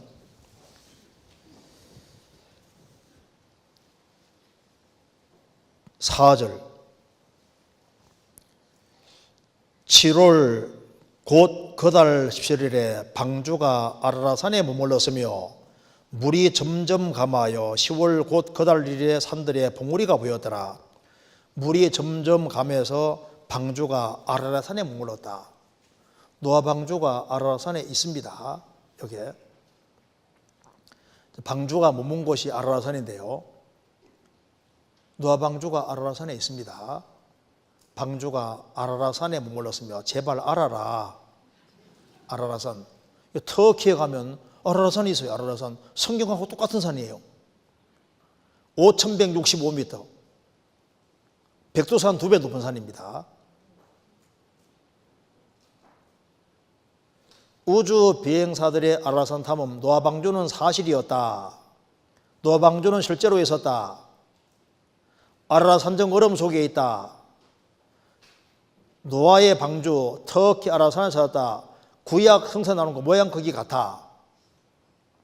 방주에 관한 것은요, 책도 많고 못 목격한 사람도 많아요. 근데 요게 제가 이렇게 간단하게 여기 1955년에 나바라시가 아라라산에 가서 방주 조각을 잘라서 짊어지고 들어옵니다. 그래서 고고학자들을 깜짝 놀라게 했습니다. 고고학자들을 깜짝 놀라게 한 노아 방주를 발견했다. 나바라시가 방주 목자를 보여주는 장면입니다. 비디오 한번 잠깐 보도록 합시다.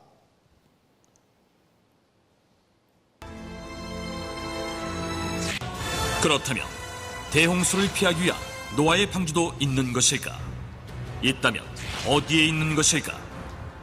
노아의 방주가 있었다면 어디에 있는지 추정할 수 있는 그 한 가지 단서는 바로 성경 속에 있다. 성경의 창세기 8장 4절에는 그리하여 일곱째 달 11의 날에 방주가 아라랏산 위에 내려앉았다라고 되어 있는데, 즉 노아의 방주가 아라랏산에 있다고 그 장소를 말하고 있는 것이다. 그런데 성경 속에 등장하는 아라랏산과 같은 지명의 산이 현재도 남아있다. 그곳은 바로 터키의 아라랏산이다.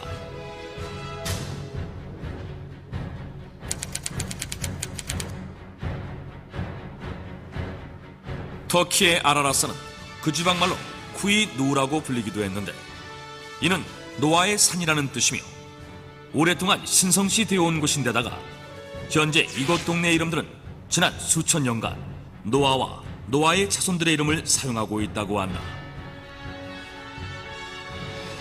뿐만 아니라 이 아라랏산에는 바다에서만 볼 수 있는 어패류의 화석과 소금 등 대홍수가 있었음을 증명하는 흔적들이 발견되기도 했다. 1916년 여름, 러시아 제3코커서스 항공 군대인데 로스코비카 중위는 새 비행기를 시험하느라 터키의 동부 지역과 아르메니아 지역 사이에 있는 아라랏산 근처를 비행하고 있었다. 중위는 비행 도중 산 정상에 있는 호수에서 놀라운 것을 발견했다. 그것은 바로 거대한 배였다. 로스코비카 중위의 보고를 받은 러시아의 황제 니콜라이 2세는 탐험대를 보내 직접 확인하게 했는데, 탐험대 역시 로스코비카 중위가 배를 발견했던 장소에서 빙하 속에 묻힌 거대한 배를 발견한다. 그 배는 120m가 넘는 길이었고, 배 안에는 높이 5m 정도의 칸막이가 몇백 개나 있었다. 어떤 방은 아주 크고 천장이 높았으며 어떤 방은 바구니가 겹겹이 줄지어 있기도 했다. 탐험대원들은 흥분하지 않을 수 없었다. 이 배가 바로 노아의 방주라고 생각했기 때문이다. 그런데 놀라운 일이 벌어진다. 1955년 노아의 방주를 찾아 아라랏산을 찾아온 프랑스의 폭파 전문가인 페르낭 나바라와 그의 아들 라파엘이 산 정상의 빙하 속에서 방주의 파편으로 여겨지는 나무 조각을 발견한 것이다. 그들의 발견 과정은 고스란히 실제 영상으로 남겨져 공개됐는데, 이렇게 되자 그들이 발견한 것이 실제 노아의 방주 파편인지에 대한 여부에 관심이 모아졌다. 그리고 얼마 후 발견된 나무 조각의 생성년들을 분석했는데 놀랍게도 약 5,000년 전의 것으로 밝혀졌다. 이것은 노아의 방주가 만들어졌을 것으로 추정되는 시기와 일치하는 것이었다. 자, 그리고 우리가 잘 아는 우주 비행사 제임스 어윈이 1989년에 자신이 직접 아라랏산에 가서 찍었어요.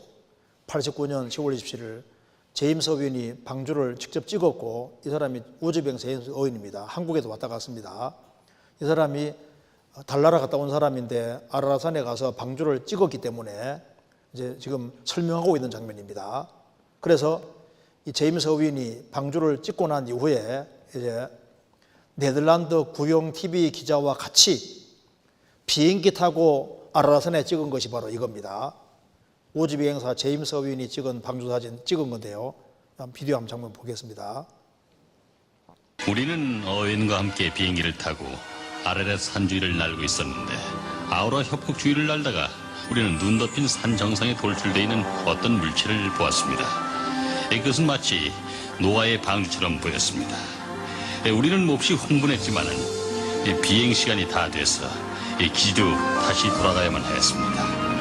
하지만 우리 중 몇 사람은 이것이 분명 노아의 방주일 거라고 확신을 했습니다. 그래서 맨 마지막 탐사길에 올랐을 때 우리는 터키 정부로부터 모든 허가를 받았고 마침내 우리는 그날 오후 노아의 방주를 보았습니다. 모든 목격은 아호라 협곡 위의 아라렛산의 북쪽에서 이루어졌습니다. 자, 그리고 제가 홍콩에 갔었는데 홍콩에는 노아 방주 크기를 똑같이 만들어 놨어요. 제가 여기에 3박 4일 동안 이렇게 머물러 적이 있는데 이 사람들이 아라라산에 다녀온 사람들입니다.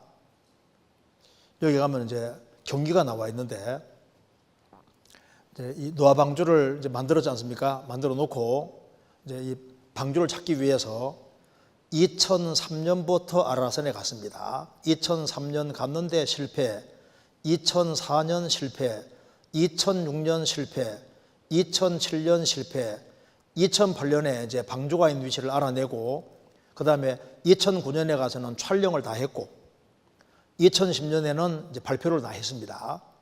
이게 이제 죄송합니다. 여러분 설명이 쫙 다 나와 있어요. 그리고 여기에 노아 방주 터키에서 발견 기자회견을 가지고 여기에 이분들이 한국에도 왔다 갔는데요. 7개 공간 중에서 6개를 들어가서 촬영까지 다 했습니다. 근데 이제 이분들이 한국에 왔는데 또 이제 같이 가는 거로 다 이제 얘기가 되어 있습니다. 동부 터키 아라산에서 발견된 구조물이 전설적인 노아 방주라는 어마어마한 양의 명확한 증거들이 있다. 이분들이 한국에 왔는데 한번 잠깐 비디오 한번 보겠습니다. 성경 속 노아의 방주가 아직까지 남아있을까요? 신학자와 탐험가들 사이에선 노아의 방주가 터키 아라랏산에 남아있다는 주장이 꾸준히 제기되고 있는데요. 20여 년간 노아의 방주를 연구해온 홍콩의 노아 방주 선교회 탐사팀이 한국을 방문해 노아의 방주 내부라고 주장하는 영상을 공개했습니다. 앤드류 유엔 탐사팀장은 그간 빙하와 화산재, 자갈 등에 둘러싸여 있던 방주가 지구온난화 현상으로 얼음이 녹으며 내부로 들어갈 수 있는 7개의 출입구가 발견됐다고 말했습니다. 탐사팀에 따르면 이번에 발견된 7개의 공간은 모두 목조 구조물로 너비 2에서 3m부터 15m에 이르는 공간까지 크기와 높이, 모양이 다양합니다. 탐사팀이 구체적 조사를 위해 목조 샘플을 조사한 결과 석기시대 후반의 것으로 판명됐습니다. 앤드류 유엔 팀장은 이번 탐사로 노아의 방주의 전체 크기를 확인할 수 있는 근거나 데이터는 없지만 확실한 것은 노아의 방주가 둘로 쪼개져 있다고 밝혔습니다. 이와 관련 한국의 엑소아크 선교회도 노아 방주 탐사팀과 협력 관계를 맺고 내년 7월경 탐사팀의 원정에 합류하기로 했습니다. 이제 최근 소식에는 이제 돈을 다 모았답니다. 모아가지고 정말 이제 올라가려고 한다 하니까 혹시 관심 있는 분은 한번 가서요. 같이 합류해가지고 한번 올라가 봐요. 올라가서 두드려 보고 진짜구나. 하나님이 천년 냉장고 속에 딱 넣어놓으시잖아요. 왜? 안 믿을까 봐. 제가요. 여기 켄터키에 갔을 때 실물 크기 정말 그걸 만들어 놨어요. 여기 보시면은 방주 실제 크기를 만들어 놨는데요. 와, 정말 들어가 보니까 실감이 나더라니까요. 같이 같은 팀입니다. 얼마나 큰지요. 사람들이 막 얼마나 많은지 막 뛰어가지고 막 가는데 설명을 쫙 듣다 보면요. 와, 진짜구나. 혹시 안 믿으시면 여기 한번 가보시면요, 이 성경이 사실이라는 거 실감이 좀 확 날 겁니다. 자, 그래서 세계적인 홍수가 있었고, 그리고 여기 보시겠습니다. 세계적인 이제 홍수가 있었고, 그래서 세계적인 홍수 이후에 사람으로서는 8명만 살아남았습니다. 그러니까 노아와 노아 아들, 노아와 노아 아내, 셈, 함, 야벳 세 사람의 아내가 있었으니까 8명. 그래서 하나님께서 이제 홍수 후에 노아 식구들에게 말씀합니다. 무지개를 주시면서 내가 전 세계를 물로는 심판하지 않겠다 말씀하시고 축복해 주셨습니다. 흩어져 살아라고. 그래서 이제 노아 식구들은 이제 흩어져 살기를 시작했는데, 노아에게 셈과 함과 야벳 이렇게 세 아들이 있었습니다. 그런데 이 함의 후예 중에 니므롯이라는 사람이 태어났는데, 세상 최초의 영걸 영웅이라 했습니다. 니므롯이라는 사람이 중심에 대해서 노아 자손들이 뭉치기 시작했습니다. 그래서 똘똘 뭉쳐서 거대한 도시를 만들고 하늘에 닿는 탑을 쌓기 시작했습니다. 이때 슬로건은 인간 이름을 내고 흩어짐을 면하자, 하나님께 도전한 겁니다. 그래서 또 한 번 하나님의 심판을 받아서 언어와 종족이 갈라지게 되는데, 이것 때문에 삼색인종이 생기게 됩니다. 그래서 셈의 후에는 황인종 계열이 되고, 함의 후에는 흑인종 계열이 되고, 야벳 후에는 백인종 계열이 됩니다. 그리고 다양한 외국어 방언이 생기게 되고, 삼색인종이 생기게 되고, 하나님의 심판을 받아서 흩어지게 되는 겁니다. 근데 처음에는 하나님에 대한 기억이 생생했는데, 세월 지나가면서 하나님에 대한 기억이 흐려지면서 전 세계는 우상 숭배에 떨어지게 되고 참 하나님을 잃어버리고 다양한 종교들이 나오게 된 겁니다. 그래서 인간이 하나님을 잃어버리기 때문에 하나님께서 갈대아 우르에서 한 사람을 무조건 불러내셨는데, 이 사람이 바로 아브라함이고 나중에 이름을 아브라함으로 바꿔주셨습니다. 아브라함을 통해서 이스라엘 민족이 구별되고, 이스라엘 민족을 통해서 하나님께서 예수님을 보내주시고, 예수님이 십자가에 죽으시고 부활하심으로 구원을 완성하시고, 예수님이 완성하신 구원의 복음이 예루살렘과 온 유대와 사마리아 땅끝까지 복음이 전해지므로 복음으로 전 세계를 부를 것을 약속해 주신 겁니다. 이 내용이 성경에 자세히 나와 있는데, 자, 성경 한번 찾아보시겠습니다. 창세기 12장 한번 보시겠습니다. 12장 1절부터 3절까지 제가 읽겠습니다. 여호와께서 아브라함에게 이르시되 너는 너의 본토 친척 아비 집을 떠나 내가 내게 지시할 땅으로 가라. 내가 너로 큰 민족을 이루고 내게 복을 주어 내 이름을 창대케 하리니 너는 복의 근원이 될지라. 너를 축복하는 자에게는 내가 복을 드리고 너를 저주하는 자에게는 내가 저주하리니 땅의 모든 족속이 너를 인하여 복을 얻을 것이니라 하신지라. 여기에 이거 봅시다. 자, 이 노아 홍수 이후에 이제 셈과 함과 야벳이 이렇게 이 사람들 통해서 이제 사람들이 많아지면서 바벨탑을 쌓고 하나님의 심판을 받고 흩어지게 됩니다. 그래서 바벨탑 사건 이후에 전 세계는 우상 숭배에 떨어지고 참 하나님을 잃어버렸기 때문에 하나님께서 갈대아 우르에서 한 사람을 무조건 불러내신 거예요. 이 사람이 바로 아브라함이고, 하나님이 아브라함에게 3가지를 약속해 주셨습니다. 여기 말한 대로 내가 지시할 땅으로 가라. 그 땅이 현재 이스라엘 민족이 사는 땅이고, 내가 너로 큰 민족을 만들어 주겠다. 그 민족이 바로 이스라엘 민족이고 아브라함 너는 복의 그늘이 될 것이고 땅의 모든 족속이 모든 민족이 너를 인해 복을 얻을 것이니라. 이 말씀대로 아브라함을 통해서 이스라엘 민족이 구별되고 이스라엘 민족 통해서 하나님이 예수님 보내주시고 예수님으로 말미암아 전 세계 모든 민족이 복을 받도록 하신 겁니다. 그래서 마태복음 24장 14절에 이 천국 복음이 모든 민족에게 전거되기 위하여 온 세상에 전파되리니 그제야 끝이 오리라. 우리 이번에 여기 앉아있는 이유는 바로 아브라함 통해서 모든 민족에게 복 준다는 이 복을 받으려고 우리 여기 앉아있는 거예요. 내일 자세히 배울 겁니다. 그래서 이제 아브라함을 통해서 이제 이스라엘 민족이 이제 특별하게 하나님의 선민으로 부르심을 받았습니다. 그런데 이제 이스라엘 민족이 이제 선택된 건 제가 내일 자세히 말씀드리고 이 선택이 됐는데 이스라엘 민족과 하나님이 아주 중요한 계약을 맺습니다. 여기 아주 중요합니다. 이스라엘 민족이 중요한 계약을 맺는데 아브라함을 통해서 이제 이삭이 태어나고 이삭 통해서 야곱이 태어나고 야곱 통해 12아들이 태어나는데 이 야곱 식구들이 기근 피해서 에집트로 내려갔다가 한때는 대접을 잘 받았는데 붙잡혀 졸지에 노예가 됩니다.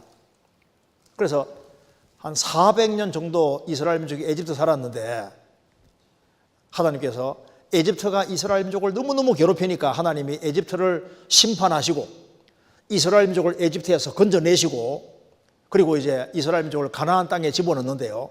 이스라엘 민족을 출애굽을 하고 난 다음에 하나님이 이스라엘과 아주 중요한 계약을 맺어요. 이게 이제 오늘에서 중요한 말씀입니다. 계약을 맺는데 이 계약 내용이 뭐냐면은 여기에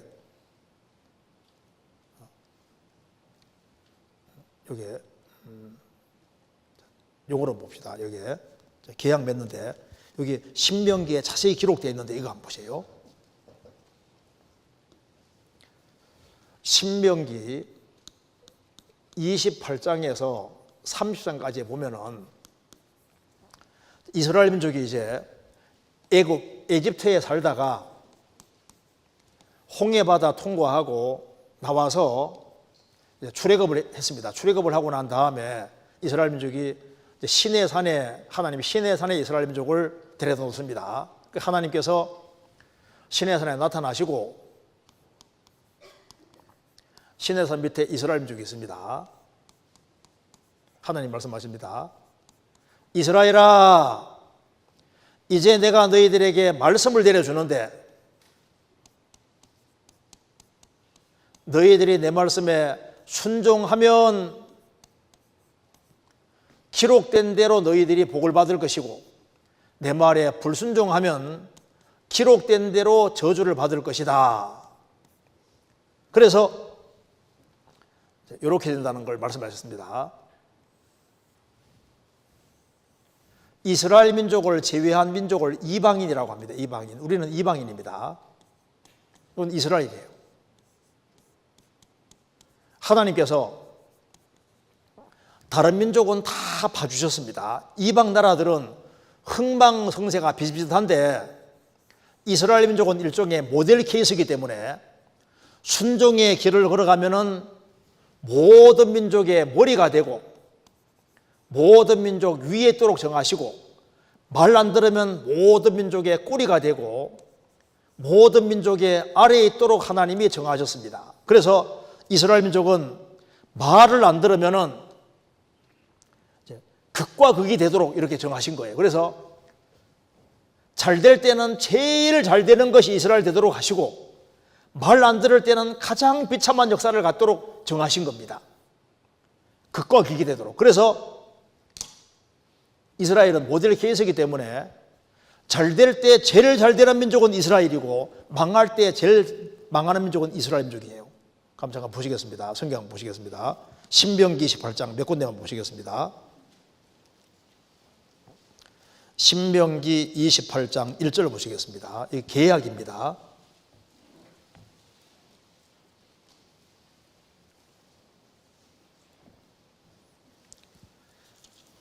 1절 내가 내 하나님 여호와의 말씀을 삼가 듣고 내가 오늘날 내게 명하는 그 모든 명령을 지켜 행하면 내 하나님 여호와께서 너를 세계 모든 민족 위에 뛰어나게 하실 것이라. 세계 모든 민족 꼭대기 있도록 정하셨습니다. 꼭대기. 12절 여호와께서 너를 위하여 하늘의 아름다운 복을 이루사 내 땅에 때를 따라 비를 내리시고 내 손으로 하는 모든 일에 복을 주시리니 내가 많은 민족에게 꾸어 줄지라도 너는 꾸지 아니할 것이요 여호와께서 너로 머리가 되고 꼬리가 되지 않게 하시며 위에만 있고 아래에 있지 않게 하시리니. 조건은 순종입니다. 이스라엘은 순종의 길을 걸어가면은 모든 민족 꼭대기 있도록 머리가 되도록 정하셨어요. 말 안 들으면은 점점 낮아져서 아주 비참하게 되도록 되어 있습니다. 그 뒤에 넘겨봅시다. 43절 너의 중에 우고하는 이방인은 점점 높아져서 내 위에 뛰어나고 너는 점점 낮아질 것이며 그는 내게 꾸일지라도 너는 그에게 끼지 못하리니 그는 머리가 되고 너는 꼬리가 될 것이라. 점점 낮아져서 꼬리가 되니까 제일 비참한 역사가 갖게 되는 겁니다. 46절 같이 읽겠습니다. 이 모든 저주가 너와 내 자손에게 영원히 있어서 표적과 감개가 되리라. 여기 이 모든 저주가 계약 맺는 너희와 너희 자손에게 세상 끝날까지 있어서 표적이 되고 감개가 될 것이다. 이스라엘 역사는 전 세계 모든 민족에게 감개가 된다. 감개란 말은 거울감 경계자입니다. 이스라엘 역사는 세계 모든 민족의 거울과 경계가 되고 그리고 표적이 될 것이다. 표적은 중요한 의미를 띤 기적을 표적이라고 하는데요. 이스라엘은 역사가 완전히 극과 극인데 성경대로 흥망성쇠를 가지는 민족이 바로 이스라엘 민족인 거예요. 그래서 잘 될 때는 제일 잘 되는 게 이스라엘이고 안 될 때 지지리도 안 되는 것이 이스라엘 민족 되도록 정하신 겁니다. 이렇게 이제 계약을 맺고 이스라엘은 40년 동안 이제 훈련받고 이제 가나안 땅에 들어갔던 거예요. 그런데 이스라엘 민족이 이제 이거 봅시다. 출애굽을 해서 40년 광야 생활한 이후에 이제 이스라엘 민족이 가나안 땅에 들어가게 되는데요. 이 가나안 땅에 7민족이 살고 있었습니다. 하나님께서 이스라엘 민족을 이제 에집트 건져내서 40년 동안 훈련시키고 난 이후에 이때 광야 생활할 때 하나님께서 이제 시내산 언약을 맺으시고 이스라엘을 이제 훈련시키고 난 이후에 하나님이 가나안 땅에 들어가게 하시고 가나안 땅을 정복하게 하신 겁니다.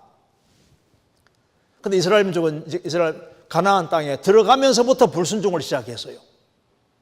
그래서 이스라엘 민족이 가나안 땅에 살면서 순종할 때는 기록된 대로 정확히 복을 받고 불순종할 때는 기록된 대로 정확히 저주를 받았는데요. 이스라엘 민족이 하나님께 불순종한 중에서 제일 큰 죄는 바로 그리스도를 배척하는 죄였습니다. 여기 보시면은 하나님이 이스라엘 민족을 선택하셔서 많은 기적을 통해서 하나님을 믿게 하시고 하나님 믿는 이스라엘에게 성경을 주시고 구약 성경의 주된 내용은 하나님께서 그리스도를 보내준다는 약속입니다. 히브리 말로 메시아, 헬라 말로 그리스도, 우리나라 말로 기름 부음 받은 자라는 뜻인데 메시아 구세주를 말하는 겁니다. 그런데 이스라엘 민족은 성경대로 오신 그리스도를 배척함으로 제일 무서운 형벌을 받게 됩니다. 이거 보시겠습니다. 이스라엘이 하나님께 불순종함으로 받은 벌을 잠깐 보시면은 여기 이스라엘이 이제 가나안 땅 들어가서 처음에는 벌 받을 때 25년 안쪽에 벌을 받았습니다. 그래서 8년 동안 이방인 압제를 받으니라 부르짖으면 건짐 받아요. 또 잘 살다가 타락하면은 12년 동안 압제를 받으니라. 또 부르짖으면 건진받고 또 잘 살다가 또 타락하면 23년 동안. 처음에는 25년 안쪽에 벌을 받다가 이제 이스라엘이 더 악해지니까 40년 동안 이방인 압제도 받았습니다. 우리나라는 일본에 36년 동안 압제받을 때 얼마나 고통받았어요. 이스라엘은 무려 40년. 이스라엘 민족이 이제 70년 동안 형벌받은 적이 있는데 이것이 바로 세계사 교과서에 말하는 바벨론 주수입니다. 여기 보시면은 이스라엘 땅이 여기입니다. 여기인데 바벨론 제국은 여기입니다. 여기가 거리가 무려 1000km가 넘어요. 근데 이스라엘 민족이 요 가나안 땅에 살면서 요 사람들 가나안 7민족이 죄를 지을 때 여기 위에서 아래까지 죄가 꽉 차서 관영에서 하나님이 이 가나안 7민족을 정복하게 하셨고, 물론 정복 과정에서도 악과 죄를 깨닫는 사람은 이제 건져주시고 심판하셨는데요. 이 가나안 7민족이 죄가 꽉 차서 심판받았는데 이 가나안 7민족이 짓는 죄보다 이스라엘이 더 큰 죄를 지은 거예요. 그래서 인간이 지을 수 있는 온갖 종류의 죄를 다 지었는데요. 성경에 나와 있기를 온갖 우상숭배, 살인죄, 간음죄, 여자끼리 남자끼리 죄짓고 짐승하고 죄짓고 막 별짓을 다 했습니다. 그래서 죄가 너무너무 많았기 때문에 하나님이 바벨론 왕을 들어서 이스라엘 쳐들어오게 해서 예루살렘 성전을 불질러버리고 유대인들을 무자비하게 죽이고, 그리고 가난한 사람 남겨두고 몽땅 붙잡아서 바벨론 포로 잡아간 거예요. 그래서 이스라엘은 이 바벨론에 가서 70년 동안 지렁이처럼 아주 유랑생활하면서 고통을 받았던 거예요. 그런데 이스라엘이 이제 바벨론 포로 잡혀갔다가 돌아왔습니다. 그래도 정신을 못 차리는 거예요. 그래서 이스라엘 민족이 바벨론 포로 돌아와서 메디아, 피르시아, 헬라, 로마로 망하다가 예수님이 오셨는데 이스라엘이 예수님까지 배척했을 때는 장장 2000년 형벌 받다가 우리 시대에 들어오잖아요. 저 보세요. 이스라엘이 가나안 7민족이 죄를 지었을 때 형벌이 70년이고 한 나라에 잡혀갔다 왔는데, 한 나라 잡혀갔다가 70년 만에 돌아왔는데, 예수님 배척했을 때는 한 나라가 아니라 전 세계 유랑민족이 됐다가 우리 시대에 돌아오잖아요. 뭘 말하는 겁니까? 인간이 짓는 죄 중에서 제일 무섭고 큰 죄는 그리스도를 고의적으로 배척하는 죄라는 걸 그대로 보여주는 거예요. 내일 이후 자세히 말씀드리겠습니다. 그래서 성경에는 이스라엘이 그리스도를 배척하면은 어떠한 벌 받을 것인지가 자세히 예언되어 있었는데 그 말씀이 그대로 역사 속에 이루어진 거예요. 자, 예수님 오시기 1500년 전 예언을 봅시다. 여기 신명기 28장 그 뒤에 한번 봅시다. 28장 53절 보세요. 28장 53절. 자, 요거 잠깐 펴놓고 요 그림을 잠깐 먼저 봅시다. 자, 예수님께서도 이스라엘이 예수님 배척할 때 어떤 벌 받을지를 미리 말씀하셨고, 예수님 오시기 1500년 전에 모세도 이스라엘아 예수님 배척하면 너희들이 가장 큰 벌 받는다고 이미 말씀했고, 구약의 사무엘 선지자부터 말라기까지 구약의 모든 선지자가 이스라엘아 너희들이 예수님 배척하면 가장 비참한 역사가 갖는다고 그렇게 경고해도 이스라엘 민족은 말 안 들었던 겁니다. 예수님 오시기 1500년 전에 모세가 받은 말씀 한번 봅시다. 신명기 28장 53절입니다. 28장 53절. 내가 대적에게 애워싸이고 맹렬해서 곤란케 함을 당함으로 내 하나님 여호와께서 내게 주신 자녀 곧 내 몸의 소생의 고기를 먹을 것이라. 63절. 이왕의 여호와께서 너희에게 선을 행하시고 너희로 번성케 하시기를 기뻐하시던 것 같이 이제는 여호와께서 너희를 망하게 하시며 멸하시기를 기뻐하시리니 너희가 들어가 얻는 땅에서 뽑힐 것이요 여호와께서 너를 땅 이끌 것까지 만민 중에 흩으시리니. 자, 모세가 이것을 기록할 때 모세는 가나안 땅에 못 들어가 봤습니다. 광야에서 창세기부터 신명기까지를 기록했는데 너희들이 가나안 땅에 들어가게 되겠지만은 끝까지 불순종하면은 가나안 땅에서 뽑힐 것이라고 했잖아요. 실제로 로마 군대가 쳐들어와서 AD 70년에 유대인들 110만 명이 죽임을 당하고, 그리고 AD 135년에 로마의 하드리안 황제가 쳐들어와서 이스라엘의 985개 도시를 파괴하고 유대인들 58만 명을 죽였습니다. 그리고 유대인들은 골차범 민족이라고 생각해서 법을 세웠습니다. 이스라엘은 이스라엘 땅에 못 산다. 그래서 135년에 몽땅 뽑혀서 유랑민족이 됐습니다. 성경이 말한 대로 땅 이 끝에서 저 끝까지 만민 중에 흩어지게 될 것이다. 이 말씀이 그대로 이루어진 거예요. 이거 한번 보시겠습니다. 여기 이스라엘은 전 세계 유랑민족이 될 것이다. 그 말씀이 그대로 이루어졌는데요. 여기 방금 읽은 겁니다. 너희가 들어가 얻는 땅에서 뽑힐 것이요 너를 땅 이 끝에서 저 끝까지 만민 중에 흩으실 것이다. 이스라엘 민족은 정말 만민 중에 흩어졌습니다. 그래서 여기에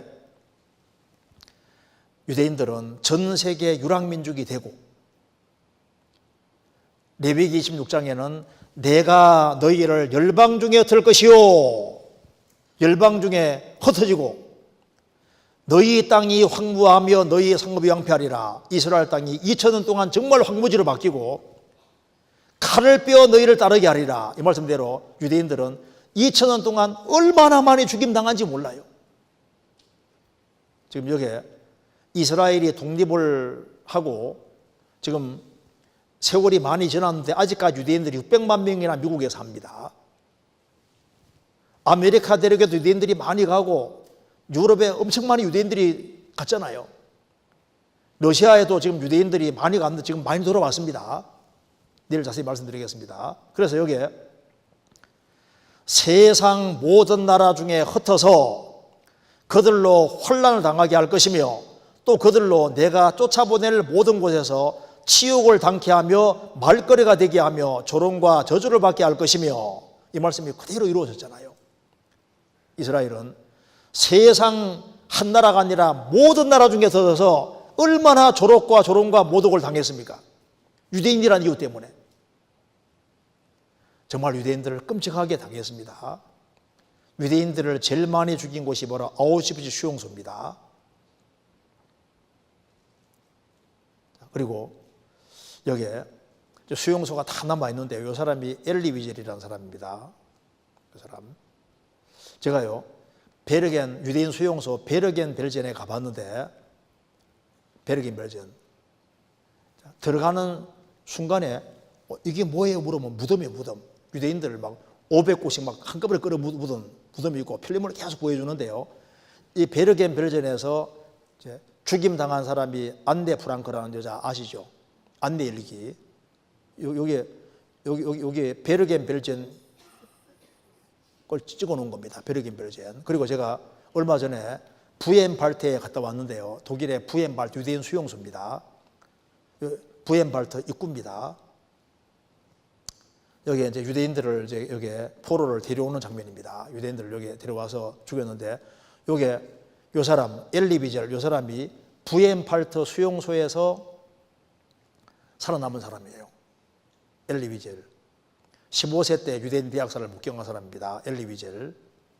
나이트라는 책도 썼습니다. 밤. 엘리 위젤이 직접 여기에 다녀갔습니다. 이 수용소에 다녀갔어요.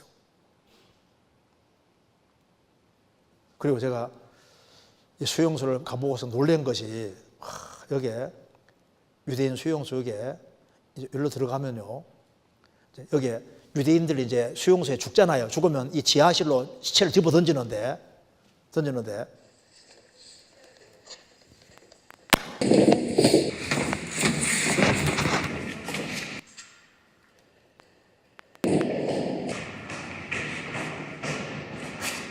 여기 갈고리 보이죠?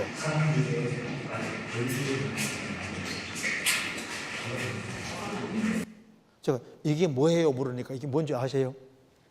이제 거의 죽었다 생각해서 시체를 이제 지하로 집어 던졌는데 아직 덜 죽은 사람 있잖아요. 덜 죽은 사람을 여기다가 턱 걸어 놓은 겁니다. 여기 목 뒤로 해가지고 턱 걸어 놓는 거예요. 갈고리가. 그리고 유대인들을 죽일 때 여기 보시면요.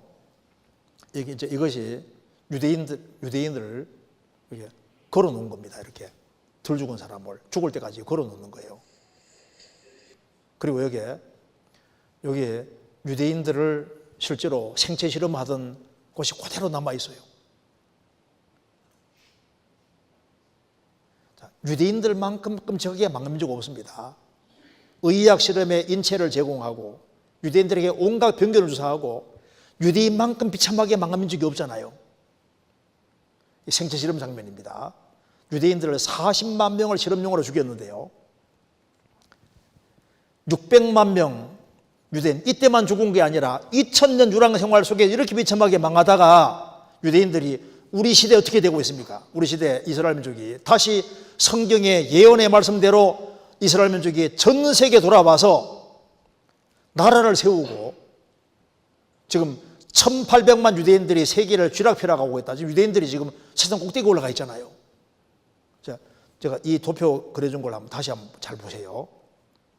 이 도표를 보시면은 이거 보세요. 이스라엘이 가나안 7민족이 짓는 죄보다 더 큰 죄를 지을 때 바벨론이란 한 나라에 잡혀갔다가 70년 만에 돌아왔는데 예수님 배척했을 때는 이스라엘이 거의 2000년 가까이 유랑생활을 전 세계 유랑생활을 하다가 우리 시대의 이스라엘 민족이 정확히 우리 집 돌아오잖아요. 이스라엘은 형벌은 받아도 형벌받는 기간이 끝나면 반드시 회복되도록 되어 있다고요. 그리고 이제 이스라엘이 얼마 전만 하더라도 가장 비참하게 가스실에 고통받았는데 지금 이스라엘이 어떻게 되고 있습니까? 이스라엘이 있으면은 지금 이스라엘은 세상 바닥에 있습니까? 꼭대기에 있습니까? 꼭대기 있고 지금 제일 위에 올라가 있잖아요. 성경에 다 기록이 되어 있는 거라고요. 그리고 이제 복음이 전 세계 전파된 이후에는 하나님께서 앞으로 무엇으로 심판하시느냐? 앞으로는 세계를 불로 심판하도록 되어 있습니다. 그래서 이 천국 복음이 모든 민족에게 증거되기 위하여 온 세상에 전파되리니 그제야 끝이 오리라. 복음이 전 세계 전파되면 끝을 내는데 앞으로는 물이 아니라 불입니다. 그래서 세상에 죄가 가다갈 때 항상 심판이 있었는데 노아 때는 하나님이 전 세계를 물로 심판하셨는데 앞으로는 불입니다. 그래서 아담 이래로 인간이 많아지며 죄가 꽉 차니까 하나님이 세상을 물로 심판하셨는데 앞으로는 불입니다. 그래서 베드로 3장에 이로 말미암아 그때 세상은 물의 넘침으로 멸망하여서되 이제 하늘과 땅은 그 동일한 말씀으로 불사르기 위하여 간수하신 바 되어 경건치 아니한 사람들의 심판과 멸망의 날까지 보존해 두신 것이니라. 노아 때는 물인데 앞으로는 불이라고 했습니다. 불. 전 세계가 앞으로 불에 의해서 심판을 받습니다. 그래서 이 온 땅이 여호와의 질투에 불에 삼키우리니 이는 여호와가 이 땅 모든 거민을 멸절하되 놀랍게 멸절할 것임이니라. 무엇으로? 불로. 그래서 우리 어제 배운 대로 스가랴 14장 12절에 섰을 때 살이 썩으며 눈이 구멍 속에 썩으며 혀가 입속에 썩을 거라고. 그 말씀이 그대로 이루어집니다. 지구는 질투의 불에 삼켜질 거다. 다 기록이 되어 있잖아요. 그래서 우리가 오늘 살펴본 대로 자, 마지막으로 정리해 봅시다. 자, 하나님은 통치자라고 말씀했습니다. 하나님은 창조주인 동시에 이 우주 만물을 통치하는 통치자시고 통치의 기초가 하나는 공의, 하나는 사랑이라고 말씀드렸습니다. 하나님의 공의의 역사 속에서 인간이 악을 행할 때 심판으로 나타난다고 말씀드렸고 그래서 역사 속에서 심판이 정확히 있어 왔습니다. 아담 하와가 에덴 동산에서 죄를 지었으니까 하나님이 아담 하와 심판하고 에덴 동산을 지하로 딱 집어넣은 것이 사실이고, 이제 사람들이 많아지며 전 세계 죄가 충만해지니까 하나님 전 세계를 물로 심판하신 것, 노아 홍수 사건도 사실이고, 인간이 바벨탑을 쌓아 하나님께 도전하니까 하나님이 언어와 종족을 가른 것도 사실이고, 이스라엘 민족이 하나님의 선민으로 구별됐지만은 죄를 지을 때마다 정확히 심판이 있어 왔고, 예수님 배척했을 때는 2000년 동안 가장 비참하게 망하다가 우리 시대에 회복되는 것도 사실이잖아요. 이제 앞으로 지구상에 죄가 꽉 차면 하나님이 앞으로는 불로 심판 내릴 것이다. 그래서 성경에 마지막 전쟁 시나리오가 다 기록되어 있잖아요. 그러니까 심판이 사실이니까 하나님의 사랑은 구원으로 나타나는 거니까, 비록 인간이 죄를 지었을지라도 자기 악을 인정하고 돌이키는 사람은 하나님 역사 속에서 정확히 구원해 오신 것이 사실인 걸 알 수 있는 겁니다. 그러니까 이 성경은 뭐냐? 성경은 진짜 하나님 말씀이라는 걸 알 수가 있는 거예요. 그죠? 여호와가 하나님이십니다. 이거 좀 이해되시죠? 자, 내일 시간에는 이제 좀 더 자세하게 말씀을 드리겠습니다. 꼭 이어서 말씀 들으시기 바랍니다. 같이 기도하시겠습니다. 자비로우신 우리 아버지 하나님, 우리에게 믿을 수 있는 증거로 성경을 주신 것을 감사합니다. 이번에 말씀을 듣는 모든 사람들의 마음을 붙잡아 주시고 이 집회의 중요성을 일깨워 주시고 다 하나님의 은혜와 사랑을 깨닫고 소망 가운데 생을 살 수 있도록 인도해 주옵소서. 내일 모든 시간도 도와주시기를 간절히 의지하오며 우리 구주 예수 그리스도 이름으로 기도하옵나이다. 아멘.